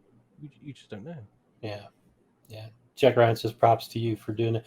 You help families and you help the police, and Yeah. props to you for doing that. And it's sad that you had to pay a price for that. Yeah, yeah. I haven't done it recently. I've been off those kind of things for several years, but we did get some good results on one case that wasn't for the police. It was for a researcher, friend of mine called John Knowles. It was a missing person case in California, and I got the report out there on my website. Uh, he claims I got within something like 200 feet of finding where that person was missing. In other cases, like where I did work for the police, I was as close as 100 meters, and I was only off because I got my data from Google Earth, and it was a river, and I knew the body was in a river, but I couldn't tell which way the river was flowing on Google Earth, so I was off in that regard. Wow, that's incredible, man. Um, yeah, I started to make a witty remark, but I felt like that's not appropriate because you're talking about serious content right there. Yeah. On another note, I worked a case and I worked most of these for a group called the Find Me Group, and then that's an amazing group online that people, if they are interested, could research them. And it's essentially a group of people run by a guy called Kelly Snyder, and he's an ex-DEA agent, and he's like the middleman, the project organizer between the police systems and psychics and remote viewers. So they come to him with code cases. They've got nowhere else to go on something, and he tasks remote viewers and psychics to try to help out. And it's the perfect and best scenario because it's a policeman in the middle helping Mhm. other policemen. Us as psychics, we should never, under any circumstance, get any information and go straight to the police because that hinders a case. Yeah. But using an organization like Find Me is the perfect way to do that, really. So I'll take one more question from the chat right now, and then I'll go back to the topic of secret world of remote viewing. Is there any? And this one's from Jack Ryan again. Is there any knowledge of remote viewing being practiced by remote or ancient cultures? Under different names, they did lots of psychic and intuitive processes. Like the Oracle of Delphi, and many other instances. You can read the Bible and see there's prophets on there and all sorts. So I would say definitely under different names, yes, but the actual term designation and use of what we do as remote viewing under scientific rules essentially came about in 1973, I believe, and created by Ingo Swann. Yeah, and I think we discussed this before. We always work within these rules as a remote viewer, and if you say I'm going to become a remote viewer, you're almost like saying I'm going to work by this charter, and this charter is it's going to be under these protocols of it's not spontaneous. It's always a prearranged project. The data I receive is always recorded, so it can be analyzed later. It's always done as blind as possible. And there will be feedback, and you need feedback to be able to test how accurate you are and if anything psychic actually took place. And that's essentially the rules we're agreeing or abiding to work under this remote viewing process. And If you this take them away, we're just like any other. We could just be like any other intuitive or psychic, really. and this is why it's appropriate to refer to it as a technology because it has these stringent protocols in place. Yes, yes, Okay. and we do have the methodologies that have been created by people like Ingo Swann with his controlled remote viewing, which I do totally believe totally enhances the process, and especially with controlled remote viewing, it puts me in the passenger seat rather than puts me in the driver's seat, sorry, instead of the passenger seat. Yeah. So let's lighten it up a little bit and change gears just slightly. And but first, how are you doing on time? It's like 8:30 p.m. your time. Yeah, I'm okay here. I've been building a shed all day, so it's good to get some rest. Okay, cool. Um, so I'd like to talk about cryptocurrency, and get into a little bit more about. We've already talked about it some briefly, but um, has your outlook on crypto changed since the big drop in Bitcoin and all the altcoins? Like, what was it, a month Uh, ago? Not Took a in the big last hit. month. It's changed over the 3 years since I was doing it. 3 years ago, I kind of thought that they were kind of interesting, but I didn't really know how much I believed they would be the future. But the more research I did and the more RV we did on it, I was like, holy shit, this is the future. We're ahead of we're not even on the crest of the wave. We're ahead of the crest of the wave, almost in the place I wish I was when I knew the internet was going to be amazing. And I could have bought all those domain names and I didn't. I could have bought ebay.com and google.com, but didn't. Wow. I feel like I'm in that scenario because I was around back then, and I did raise £1 million of funding back then for an internet idea. So for me, it feels just like that. It's like the Wild West. It's just so new, so amazing. Uh, that yeah, I feel amazed to actually in a lifetime be allowed or be part of two different technology events like that. And I feel really amazed that I'm as I said before, the crest of the wave on this.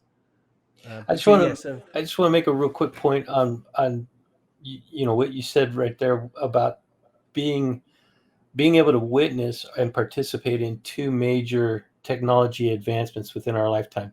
And that is just an illustration of how fast technology advancement is accelerating.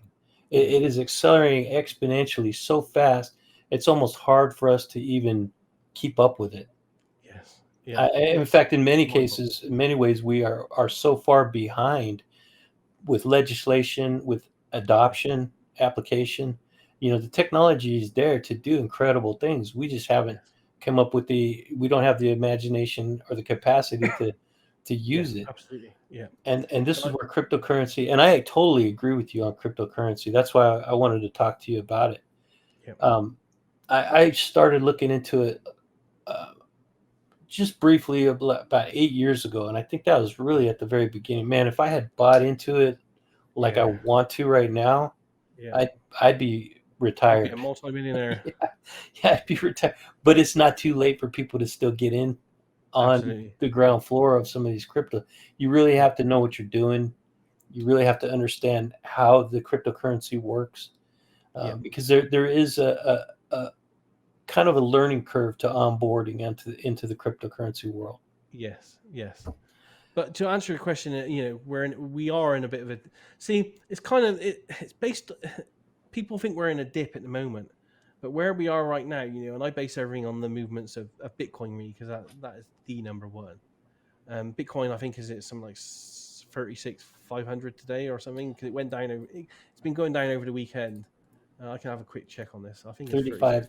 35.8, 35, yeah. So it's not or too bad. yeah. But and everyone's like, oh, we're in a dip, it's gone down. Yeah, and yeah, my personal investment portfolio over the last month is halved.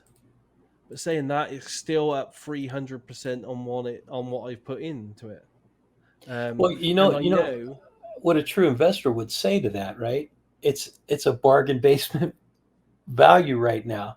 it's time to buy. Yeah, This it's is an perfect time to buy. opportunity for people who didn't get in, Yes, at 30,000 when it was previously at 30 yeah, to get in now because it is going to go back up. absolutely. But we got this motto within cryptos, and it's buy the dip.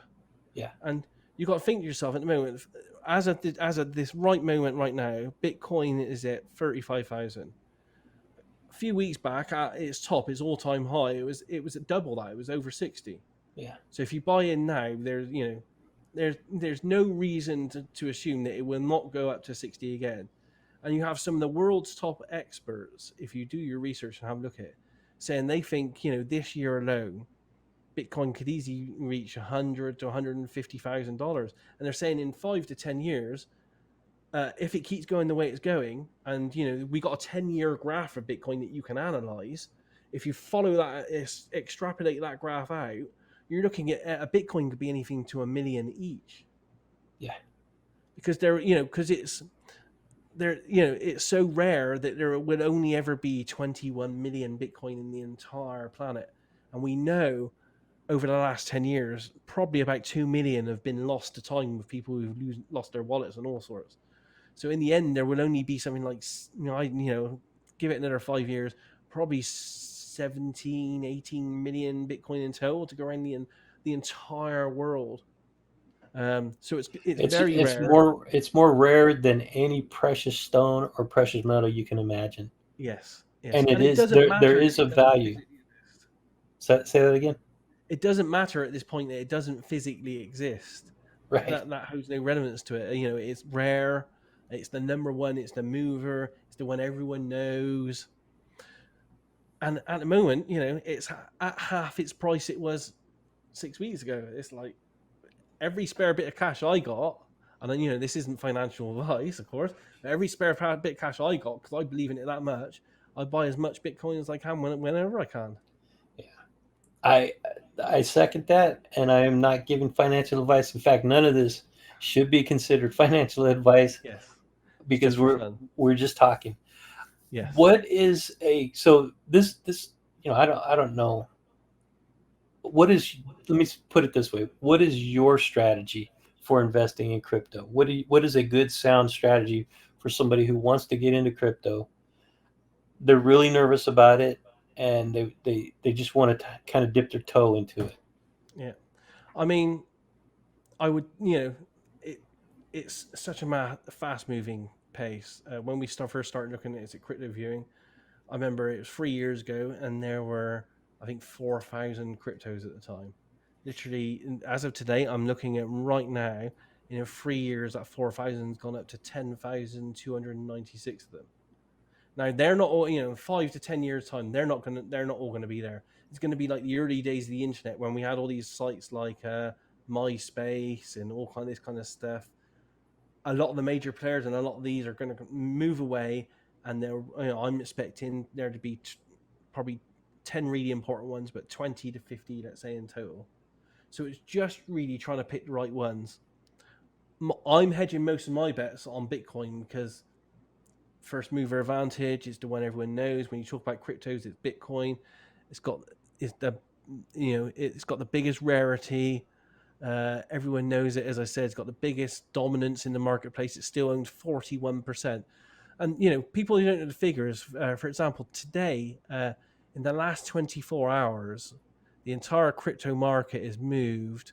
What was that? 82 billion 397 million. No, it's probably wrong. It's trillion. 82 trillion. 82 trillion. Yeah. You could just in 24 hours. So it's not a fad. It's not going down. And this is the way things are going to be in the future. And I class myself as slightly too old for this. Really, I'm now going to be approaching 52. But my son, who's 27, he thinks absolutely nothing of buying everything online, everything in his games, all with currency that only exists in the environment he's in. It's just second nature to him. Yeah. And that's where you've got to think of these things. So in my opinion, I'm putting most of my personal investment in crypto coin in the big players like Bitcoin, number one, Ethereum, number two, because Ethereum's not as sexy as Bitcoin, but 90% of all the other things that are being done on the blockchain networks are being done on the backbone of Ethereum. So it makes sense to put some in there. And a lot of my stuff, I do put stuff in some really stupid, wild gambles. Like literally, I bought some for there was a new one that was released a couple of months back called, I think, Shinobi Coin or something. Shiba Inu, yeah. That's it, the dog. Yeah. And literally, just for the price of a burger meal, $28, I bought 2.5 million of those. Yeah. If they go up to $1, right? Yeah, I'm not expecting them to go up to $1, but if they went up to 15, 20 cents each, then I'm quid in, and I'll just sell them. You know, so for the price of a mil, I hold 2.5 million of those in a wallet. Yeah. It's a no brainer for me. But yeah, I would recommend if anyone's got even like $10 or $100 or something, just go to and the easiest place to buy it is not Coinbase. Coinbase. Yeah. It's like a one-click process, and just There's buy also $100. Binance. Binance is pretty easy to onboard as Yeah, well. There's several out there that there are you several can out there. Yeah, but yeah, it's you can very get into. easy, and if you've got a spare $50 or $100, maybe put it in something like this because all told on the history of Bitcoin, when you look at the graphs, and it's been around for 10 years, it's got exponential growth, and when you extrapolate that graph out, it literally does skyrocket, and there's no reason to believe why it might not achieve those goals, to be honest. There's But there are there's other al- there are other good ones out there as well that are worth buying. there's also a way that you can get into crypto through your PayPal account. If you have a Yes, PayPal account, you can yes. just buy crypto on your credit card through PayPal. To I be think you honest, we're pay a seeing premium to do that, but it's yeah, there for you we're to do seeing it. so much because on Crypto View, and I also report. I do a weekly news report where I report all the latest crypto news as well. Um, and to be honest, over the last 6 months, I've seen that really big major players have bought huge amounts of crypto. We're talking big corporations, PricewaterhouseCooper and all sorts. They've bought huge amounts of it, and they're all moving into it. And there's huge talks about within the next 2 years you'll be able to go to any bank and buy crypto in anything and have it straight from your bank. So it's all moving super fast. Mhm. And as we keep telling people, you're ahead of the curve. If you can buy $50 worth of Bitcoin right now, that could be worth 10 to 100 times worth that in 5 to 10 years. And if you could, so what people don't understand is that you don't have to go buy a whole Bitcoin. So a No. whole Bitcoin is, what do we say, 35, almost 35,000. Yeah, You can nearly buy 36. $50 worth Yes. of Bitcoin, Yeah. and you just hold that value. You just Yeah. hold that value, and as that Bitcoin value goes up, so does your $50 worth of Bitcoin Yeah. goes up. Yeah. It obviously, like with anything like this, it can go down as well. And as we Sure. know, they've gone down. Um, but when you That's look at the why finance sectors, there's two points I would like to make, and anybody who's interested in investing, whether it's investing in stocks, real estate, or cryptocurrency. Um, Only invest what you can afford to lose. Do not go absolutely. out and mortgage your house and take that money and No. put it into cryptocurrency. Don't do that. Only invest what you can lose. And dollar cost averaging to get into the market.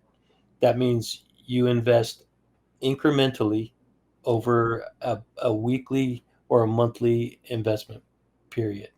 So Yeah. every month you invest $100, and then Yeah. you continue that investing over time. If you can afford to lose $10,000, then go put that $10,000 into whatever cryptocurrency that you like the most, but do your due diligence and know that that cryptocurrency is a viable product that's going to be around for Yeah. the next 2 or 3 years, Yeah. right? Because that's how long it's going to take for you to uh, probably get a decent return on your investment. Yeah. Yeah. Absolutely. We do see massive movements. All the time for some of these ones that they're going through meme processes or viral processes. But Bitcoin, is been a progress that is literally at a 45-degree angle. It's gone up and up and up. Um, yeah, but that's Yeah, brilliant advice. Bitcoin, you definitely want to play the long game, because where you're Yes, getting into right now, you want to project out 5 years to 10 yes, years easily. Um, yeah. but these other smaller altcoins, not Ethereum. I think Ethereum is a long play also, but Yes, some of the smaller, not Litecoin, no, smaller altcoins, you can play those almost on a day trading basis if you're smart yeah. enough. For Uh, example, there's one called Cardano. Uh, yeah, it's called, and the coin itself is called ADA. A year and a half ago, I bought loads of that, and it was at, I think, at 10 cents. And it's now today up at $1.66. So I think my investment on that has gone up nearly 2,000% in just over a year. yeah. And I'm waiting, and I'm still not selling yet because there are still some very serious movers in the industry saying that could easily get between $7 and $10 in the next 3 years. Mm. So I'm still, I haven't got huge amounts of money in it, and it's only at $1.66. That's very easy for people to buy a small amount of that one in and have a look at it. But as you said, do your research. But all the research is out there. You can go to all their individual websites and see what they call their white papers, which is their plans. You can see the teams behind these, and then you make a full disclosure kind of decision on if you want to invest in them or not. And that's where we come in with crypto viewing as well, because not only do we use the real world information, we also try to use our intuition on this and give you a bit of guidance in that as well. Also, it's important to just, if you don't know really what we're talking about, these cryptocurrencies are not considered, they're not all just a monetary value. They're actually technology. Yes. That these coins, quote unquote coins, are supporting. So there's a company behind this technology. This coin is a way for you to invest into that company. Yes. Yeah. So you really have to look at the company, the technology behind the coin, to determine whether or not it's a valuable investment for you. Yes. So let's move on from cryptocurrency. We could talk about this all day, man, because I've been into crypto forever. Yep. As long as it's been around, almost as you have.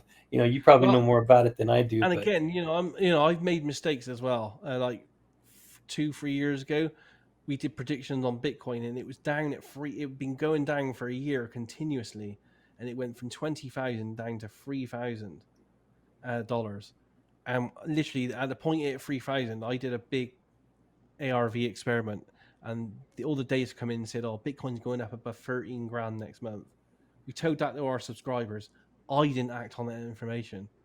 I had enough money in my bank account then. I could have scraped enough money together to get 4 or 5 Bitcoin. If I'd have done that and then sold them when they were at their $60,000, literally 5 or 6 weeks ago, I could have easily paid my mortgage off 1.5 times, and I would have been set. Yeah. And I didn't listen to my own advice, so I make mistakes as well. Mistakes are how we learn. Yeah. Don't be afraid to make a mistake, but don't go bet the farm on something if you cannot afford to lose it. Yeah, only do what you can afford. And at the moment, as you said, literally, I have a standing order with Coinbase, whereas every month it just takes $100 worth of Bitcoin and puts it in my account for me. Yeah, that's a good way to do it, because it'll go up and down. It'll fluctuate up and down. Absolutely. But dollar cost averaging will allow you to buy in when it's low. Yes. And it'll appreciate as it gets higher. So yes, it's a smart way to do it. And using these like Binance, as you said, and I use Coinbase, and there are loads of others like it. If you decide you want out at any point, you can literally just press a button and set it straight through the space. So yeah. It's not hard. It's not hard to get out of crypto. Sometimes you got to pay a premium to do it. To get in or to get out, you got to pay a premium. Unless you know how to circumvent that, but that's a lot more technical.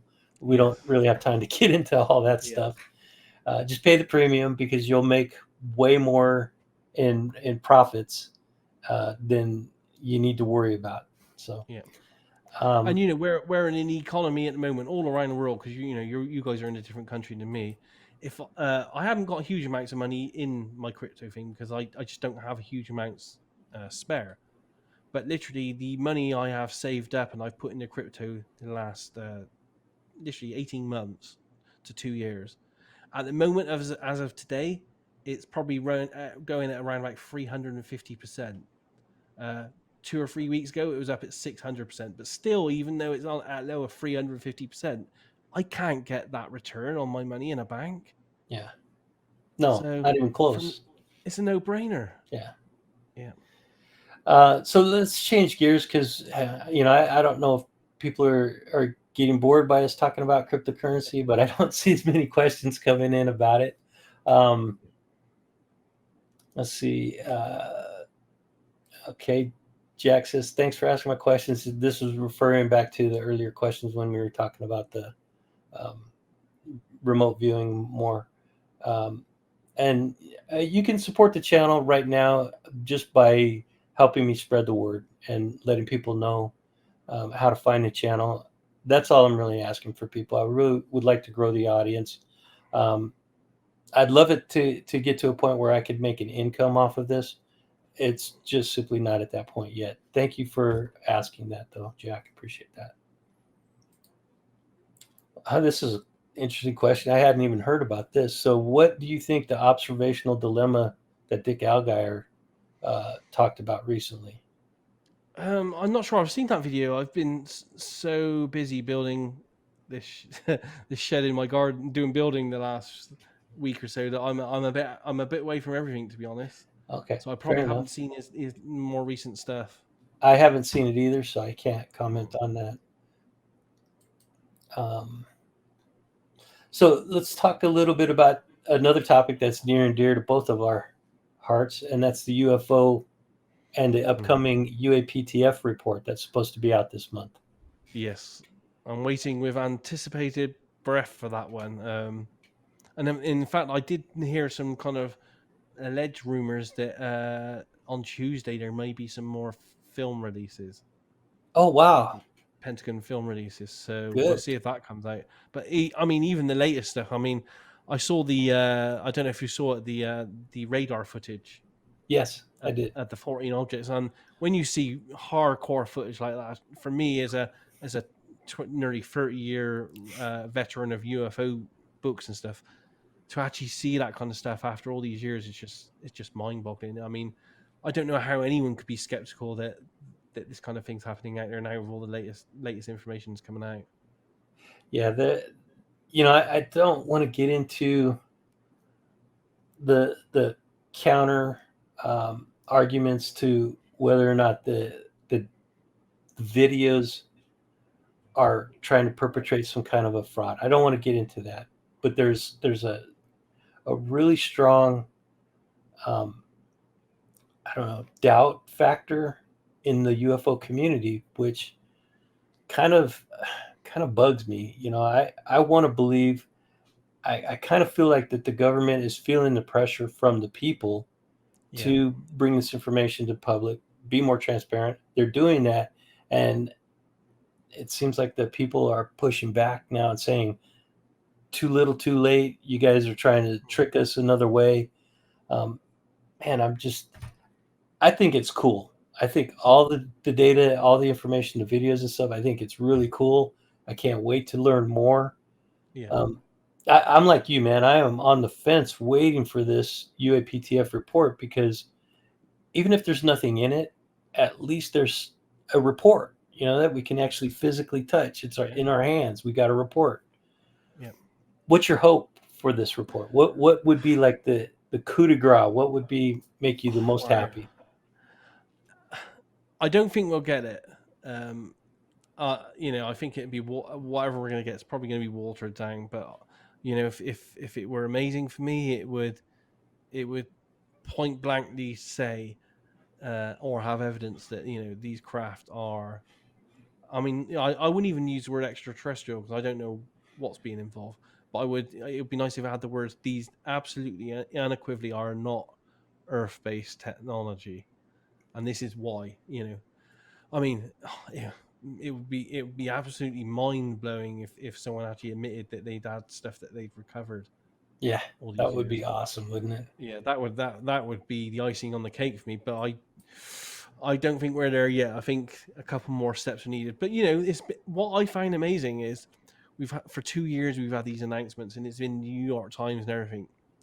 And I've watched people on social media, my friends and family, and 99.9% of the people out there just do not care in any way. It has no impact on their lives, which is a good thing because it also proves the theory that if they did emit all this kind of stuff, it's not going to change our our everyday life. People will still go to work tomorrow and all that kind of stuff. So I'm hoping for the best, but I ought to be honest, I am fearing a little bit for the worst, and it's going to be a bit of a dead squid, or it'd be a nightmare if it really was not a retraction, but going in the negative direction, saying Condon actually report it's the 2.0 or Russians. something like that.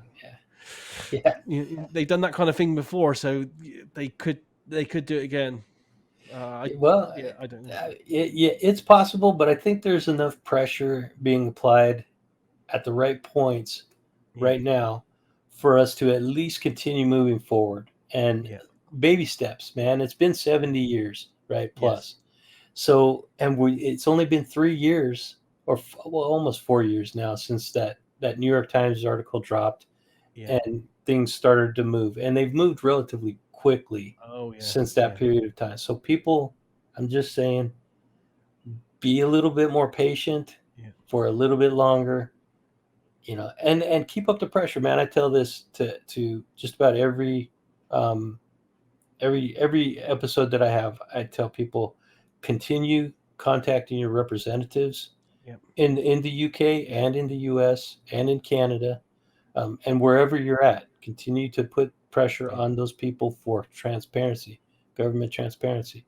yeah, Continue talking to people about it, because there are new people learning about this for the first time every single day, and those yes, people are confused, and they're like deer in the headlights, not really understanding what's going on, with questions that you may have heard 100 times from other people. Be patient with those people, yeah. and take them by the hand and help them understand this is a real phenomenon, Oh yeah, and it's part of our world.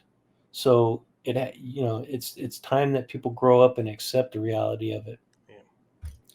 um But yeah, it's a mind blowing time, and yeah, I loved the films recently because for the first time we have on film and from uh, reputable sources what they call the transmedium nature of the UFOs. So up in space, above ground, and then below the surface of the sea, all within the same encounter. And yeah, that for me is the coup de grace. I don't think I've seen people say, "Oh, this is the Tic Tac thing is just a probe. It's just a you know some kind of object that's drone, man-based, a drone or man-earth-based, something. yeah, a drone." But when you see that, it goes as high up space, it's down at ground level, and then it goes below the surface of the sea. We don't have drones that can do that. It can disappear. Okay, Yeah, David Fravor says it disappeared right before his eyes. Okay. yeah, yeah. And I read a great report by and again, it's the guy that was heavily involved in the creation of remote viewing, Harold Putoff. Because he's part of the disclosure program with the TTSA guys. Yeah, He did a report that I saw on Facebook the other day that I read, where they analyze, because the Tic Tac UFO moved 60 miles instantaneously, and they did an analysis of that, and I think it was something like 114,000 miles per hour yeah. with something like Wow. 112 G forces at the planet or something. We do not have drone technology that can do that. No, no, not at all. And So to for me, to imagine a human controlled craft trying yeah, to do those maneuvers, that's impossible. absolutely, yeah. So it's And mind-boggling, and yeah, I'm waiting every day of this month. Literally, what are we going to see? What are we going to see? I'm just hoping it's not going to be a damp a damp squid. yeah, Really hoping for that, but I hope there's something in it, man. Like, I mean, don't tell me the Roswell incident was a freaking weather balloon again. You know, yes, I, yeah, I want to see, like, maybe photos of real photos that the government has of a crashed vehicle. Maybe it doesn't have to be the Roswell. Maybe it could be something else. There's been crashes reported all over the yeah, world, and absolutely, yeah, show us some photos of that. I mean, how could that be sensitive to national security if we have those photos, right? yeah. Well, Uh, for me, that that would be the icing. yeah, I mean, I'd be stoked to see stuff like Yeah, that. but yeah, Had, is it's a there great time any to be alive, value? isn't it? What's that? Yeah, it It's a is great time to absolutely. be alive to see all the and that's what I love about where we are right now. We have the internet, we have convergence of the internet and technology, social media, cryptocurrencies, UFO disclosure. It's all happening at the same time. It's like, whoa, where's the world going with all this? It would not be recognizable to myself when I was 10 years old. Yeah, In the 40 years, 45 years since I was 10 years old, this world is a completely different place. absolutely. Yeah. I mean, I remember back when I was like 16 and 18 years old, and I was playing on my Sega Master System, and Right. now I have I have a mobile phone with the power of my PC that I carry in my pocket everywhere I go. It just beggars belief. If I was 15 years old again and I had this kind of technology, what I would be doing with it. Yeah. I mine, People that are new to the world right now, that are just starting to understand what the world is about, younger people, don't realize how far we've come in such a short period of time. They'll yeah, see it in the next 20 to 30 years, how far we're going to go. And it's going to continue to increase and speed up. That increase is going to speed up, like we were talking about earlier. Um, it's just a magical time, man. I mean, yeah, yeah, relish in the wonder of this world, because we're here for a short time. yeah. Just enjoy it, appreciate it. Is there any value to someone doing a remote view on this report that's coming out? Um, Probably not at this stage. I don't think. No, it Because, depends what well, it says, though. keep in mind that there is a top secret addenda or Yeah, annex to this report. yeah. I'm. I would be more interested right now, and I can't do it myself, but to see someone do a project on maybe the origins, because we know we have good evidence now for say the Tic Tac objects. I would like someone to maybe follow that object back to where it originated from, and maybe even back engineer it with remote viewing.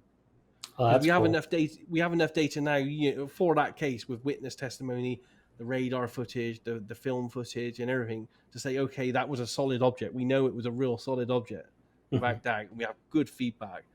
So whatever the remote viewers get as a team about the origin of it, and then try to back engineer it, we have a good comparison of data. That I would like to see that right now. That would be But cool. I like that yeah, idea. That yeah. was my next question, was the Nimitz incident. Mm. Has anybody ever done that? Is there any kind of a remote Not that view I'm on that? aware of yet. No. Oh, And again, it's one I would love to do. I mean, it's one I could project manage, but it's not one I could participate in myself as a remote viewer. And I would chew off one of my fingers to do that one. I think. yeah. Well, I can't do it because you'd be somewhat front loaded if I gave you the task for it. Yeah, yeah, So somebody yeah, going to have to be somebody else. yeah. Um, But I think that's a good candidate now, with all the available feedback, because there's enough feedback there to gauge against remote viewer data when done blind to see how accurate they were, and if they got the shape right, an object over the sea and all that kind of stuff, and then yeah, you task them to follow it back and then back engineer it. There's a good probability that would probably be correct as well if the rest of it were correct. yeah. I mean, most of it would not be verifiable, but there is verifiable data. The Yes, activity, the shape, like you said, the witness yes, testimony, the yes, number of objects in the sky. I mean, there's a lot of verifiable data yes. for a task like that. That's a good one. I like that. Yeah. Uh, got a Twitter question from Dave Partridge over at Shadows of Your Mind magazine. Do you know him? No, I don't believe I do. No. He's on Twitter, and he saw that I posted that we're doing an interview today. He's also from the UK, Oh, um, great. and he asked if you could talk about the work that you're doing with the IRVA, International Remote Viewers Association. I'm not actually working with them at the moment. I do speak to quite a lot of the people that are on the board of IRVA, and I've worked projects with them and stuff. It's a great organization, that I'm a member of. They produce lots of magazines called Aperture, and they also do a conference once a year. I think the next one's coming up very soon in just outside New York, where you can go along and you can meet all the top ex-military remote viewers and shake their hand and ask them questions and stuff. So it's always good for people who want to do that kind of thing.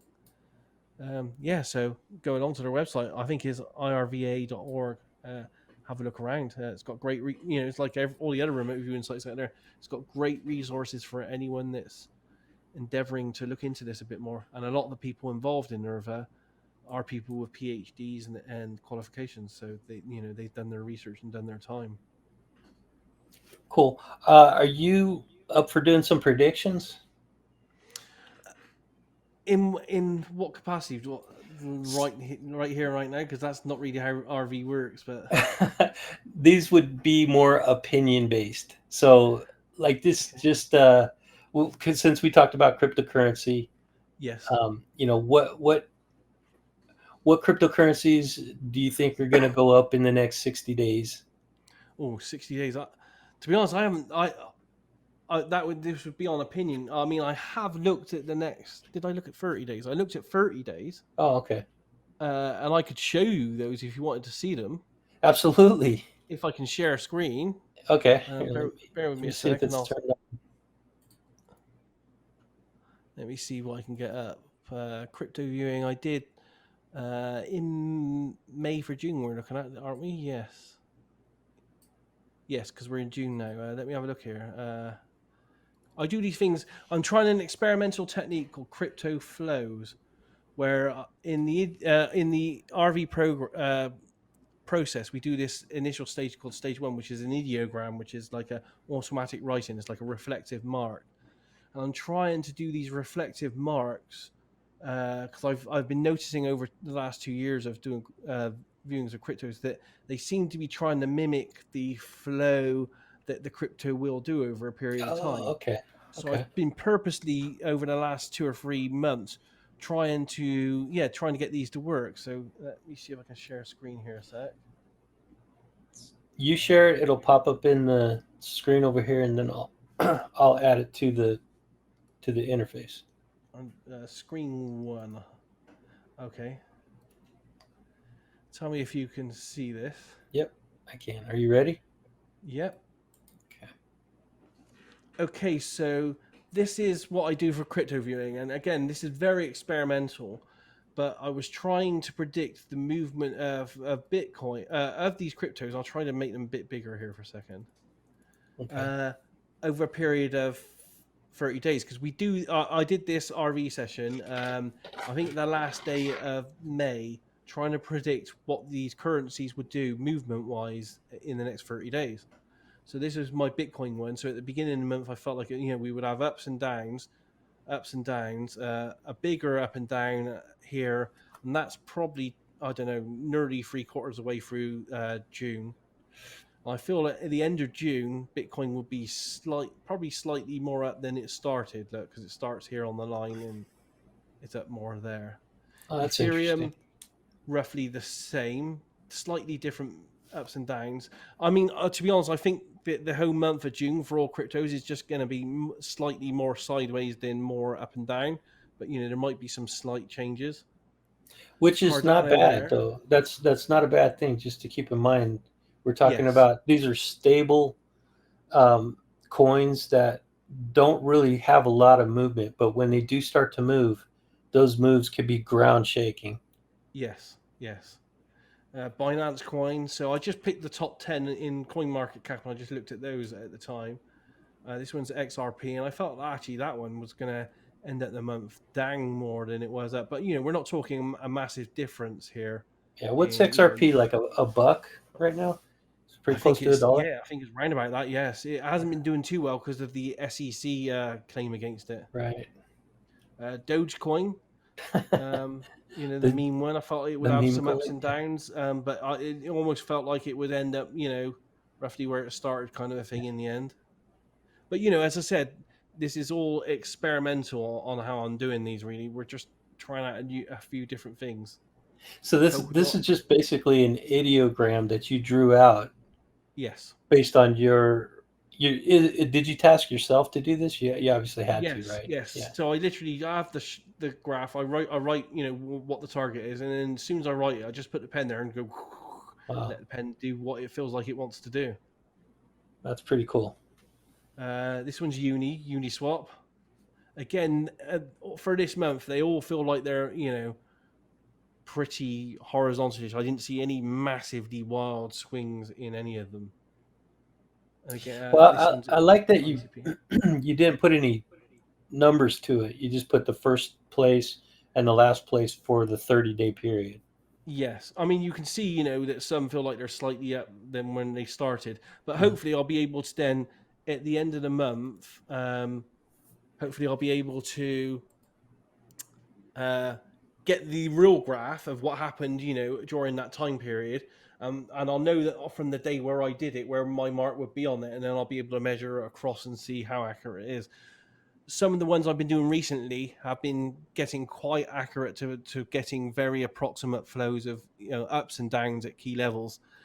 This one's a slightly more forced because I did the new graphs and stuff for it, so it's even more experimental. But you know, it's something that people can look at and see how we try to do with that kind of thing. And not only with that, for June, I also had news predictions, and I can show you some of those if you want to see some of Yeah, those as that well. that was going to be one of the other points of that I was Okay, going I'll to ask click. you I'll about it. click on Major share events. screen again if you want to Sure. allow me to do that. Yeah. Can you see the screen? Okay. Yeah, if you could just zoom in on the Yep. page a Bear little with bit, me. that'd be good. It's because this is CRV jargon. It's a bit hard for people to slightly understand what I'm doing here, but I'll try to describe it a bit. So I did this in May, looking to see what the top news in June would be. And the first one here was just basically the ideogram here was telling me that June was going to be a really busy, spotty month for news. And it almost felt a bit bland at first. And it felt like it was really going to pick up later in the month here.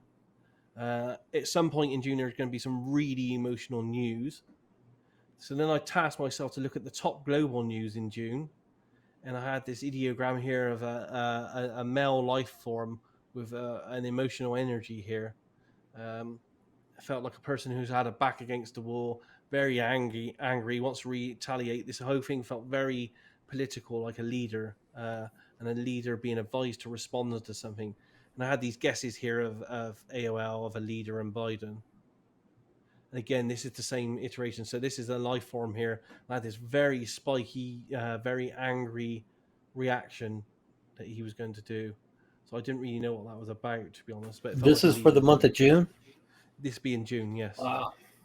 Then I have more global news here. I had this watery level here, and it felt like a surface of water. It felt like something was on it. It felt like that was a structure. Of course, that instantly said to me, "Oh, it's a boat. It's got to be a boat." So that's what I guess is there. I felt this was to do with an incursion, and it feels like a man-made structure or a vehicle on water. And I tried to get a bit more detail here. It definitely felt here like soft undulating surface. And then I was thinking, oh, hang on, just because it's a surface, it might not be water. And that gave me the AOL that this could be Mars. So bearing in mind, I wasn't sure on this whether this undulating surface was fluid or if it was land. But it definitely feels like there's this fluid surface undulating, which had a man-made structure on it. That could actually be a hit. Are you familiar with the oil freight I did liner just that get went that down? sent to me as feedback. Yes, so yes, it could be something like that. Again, I tried to draw it here in a bit more detail, but I felt like there was also involved with something that came from above and came downwards. Mm-hmm. And I wrote that here as well. And it feels like an accidental incident, which would be tallying with that ship that's broken up, kind of thing. Mm-hmm. Financial news I tried to look at, and again, I had this very strange part here at the beginning. I don't really get this kind of backwards motion, which faults me a little bit, really. But then I had some spiky dip moments and a downtrend for the financial markets. So yeah, I got here lots of spikes, a spiky market month, and it feels like there are ups and downs, but it felt generally down. And again, on this one, I had this really strange ideogram with some really solid down movements. I tried to ask what was this involving, and it felt like it was involving a large business. It's going to get broken up, lots of issues, reported upheavals, and it's going to be heavily reported in the media. Then tried to look at the crypto news. Felt like it was going to be a buoyant month, and again, this was before I did my crypto flow things. The flow for the month for crypto just feels like it had ups and downs, but it was very horizontal feeding. And again, I tried to do it again, and it got the word sideways. And it felt like it was going sideways, but not going massive movements. But also, this was interesting. This pushed in a direction here, I'd never had this before in an ideogram, and I couldn't work out what was happening here. And the information got from that was I felt like this was it was being the crypto market at some point is being manipulated by large professional movie makers with a banking feel behind them, and they're actually trying to sway the direction of crypto markets by manipulating it. So it'd be interesting to see if that comes up. Bitcoin news just felt like a normal month for me. Just as I wrote here, it feels static, picking up momentum for a run, but not quite there yet. It feels like it's the time before a run. Then I tried to do a flow chart for Bitcoin, and it came up with this, which is similar to my other one that I did later on. Pretty much a sideways flow to that. Here's me just trying it again. It's sideways flow, maybe with an upswell, as I said there at the end of the month here, because that seems to indicate an up movement. Again, top news, and this has already happened, strangely, and this was a large animal, and I had an AOL of elephant here, and saying that elephants on a rampage, wild escape and destruction, people hurt in a hot, humid location. And literally, someone just sent me feedback on a news event of a herd of elephants that have gone on a rampage in India. Wow. In a city. So, and I've never had an elephant or an animal in a news session before, so that was interesting. And yeah, that's a definite hit already on that one. Does it still blow your mind when you get hit? Yeah, absolutely. Yeah, because I've never had elephant in an RV session in 24 years. So to get an elephant in it, and then someone's 3 days later say, "Oh shit, look at this! This just coming from the news. I heard of elephants rampaging through a city in India." And like, holy shit! That's just so it's just so weirdly random. More news here. This is something about it feels like a car. It feels like a car crash. This does a vehicle crash at high speed. Maybe a speedway race or an event or show, high octane feel about it. Really bad crash that's going to happen. I had some weather related news about a cyclone type of event that hit somewhere coastal. Comes in from nowhere. Cyclic weather, urban location, lots of broken structures, dusty, windy, feels of lightning and strong winds. Lots of imagery of a destroyed church. Feels like Florida. And that's pretty much the end of it. And I just wrote there weird June. And because I knew the UFO stuff was coming, I purposely did not try to think of anything UFO related for when I was doing for Very June. cool, man. It's always cool to see. I have to go over to Crypto Viewing and sign up for that because you guys do this kind of stuff on a daily basis over there, don't you? The predictions like that we do every single month. We've done that every single month, and we published it before the month starts for the last 3 years. Mhm. So, and it's like public record. And I have an accuracy rate of I haven't databased everything, but last year's I databased the entire last year against hits, and it came in at 65%. And I actually did 110 predictions last year. And literally 65, I think 65 or 67 of them were actual hits. Wow. Yeah. Yeah, that's huge because I mean anything over 50% is better than just random. Yeah, right? and bearing in mind we're talking, I mean, it's only short future because it's only in 31 days. Yeah. But even everyone in RV will tell you that trying to do prediction for future is always less accurate than past or present. Well, we've been at this for over 2 hours, Daz. I appreciate your generosity with your time, my friend, and it's always awesome talking to you. It's been great fun. I'd like to schedule you again for like the next 3 months out if you're okay with that. Get Yeah, you back absolutely. on I'll have more Hellfire projects under our belt then. We can share with you. Cool. Well, offline after we close this out, we'll set a date. But for now, just actually, I'd like to get your final thoughts on kind of what we talked about, and then, well, we've already given your contact information. But what's it like? Are you on Twitter? Do you use Twitter at all?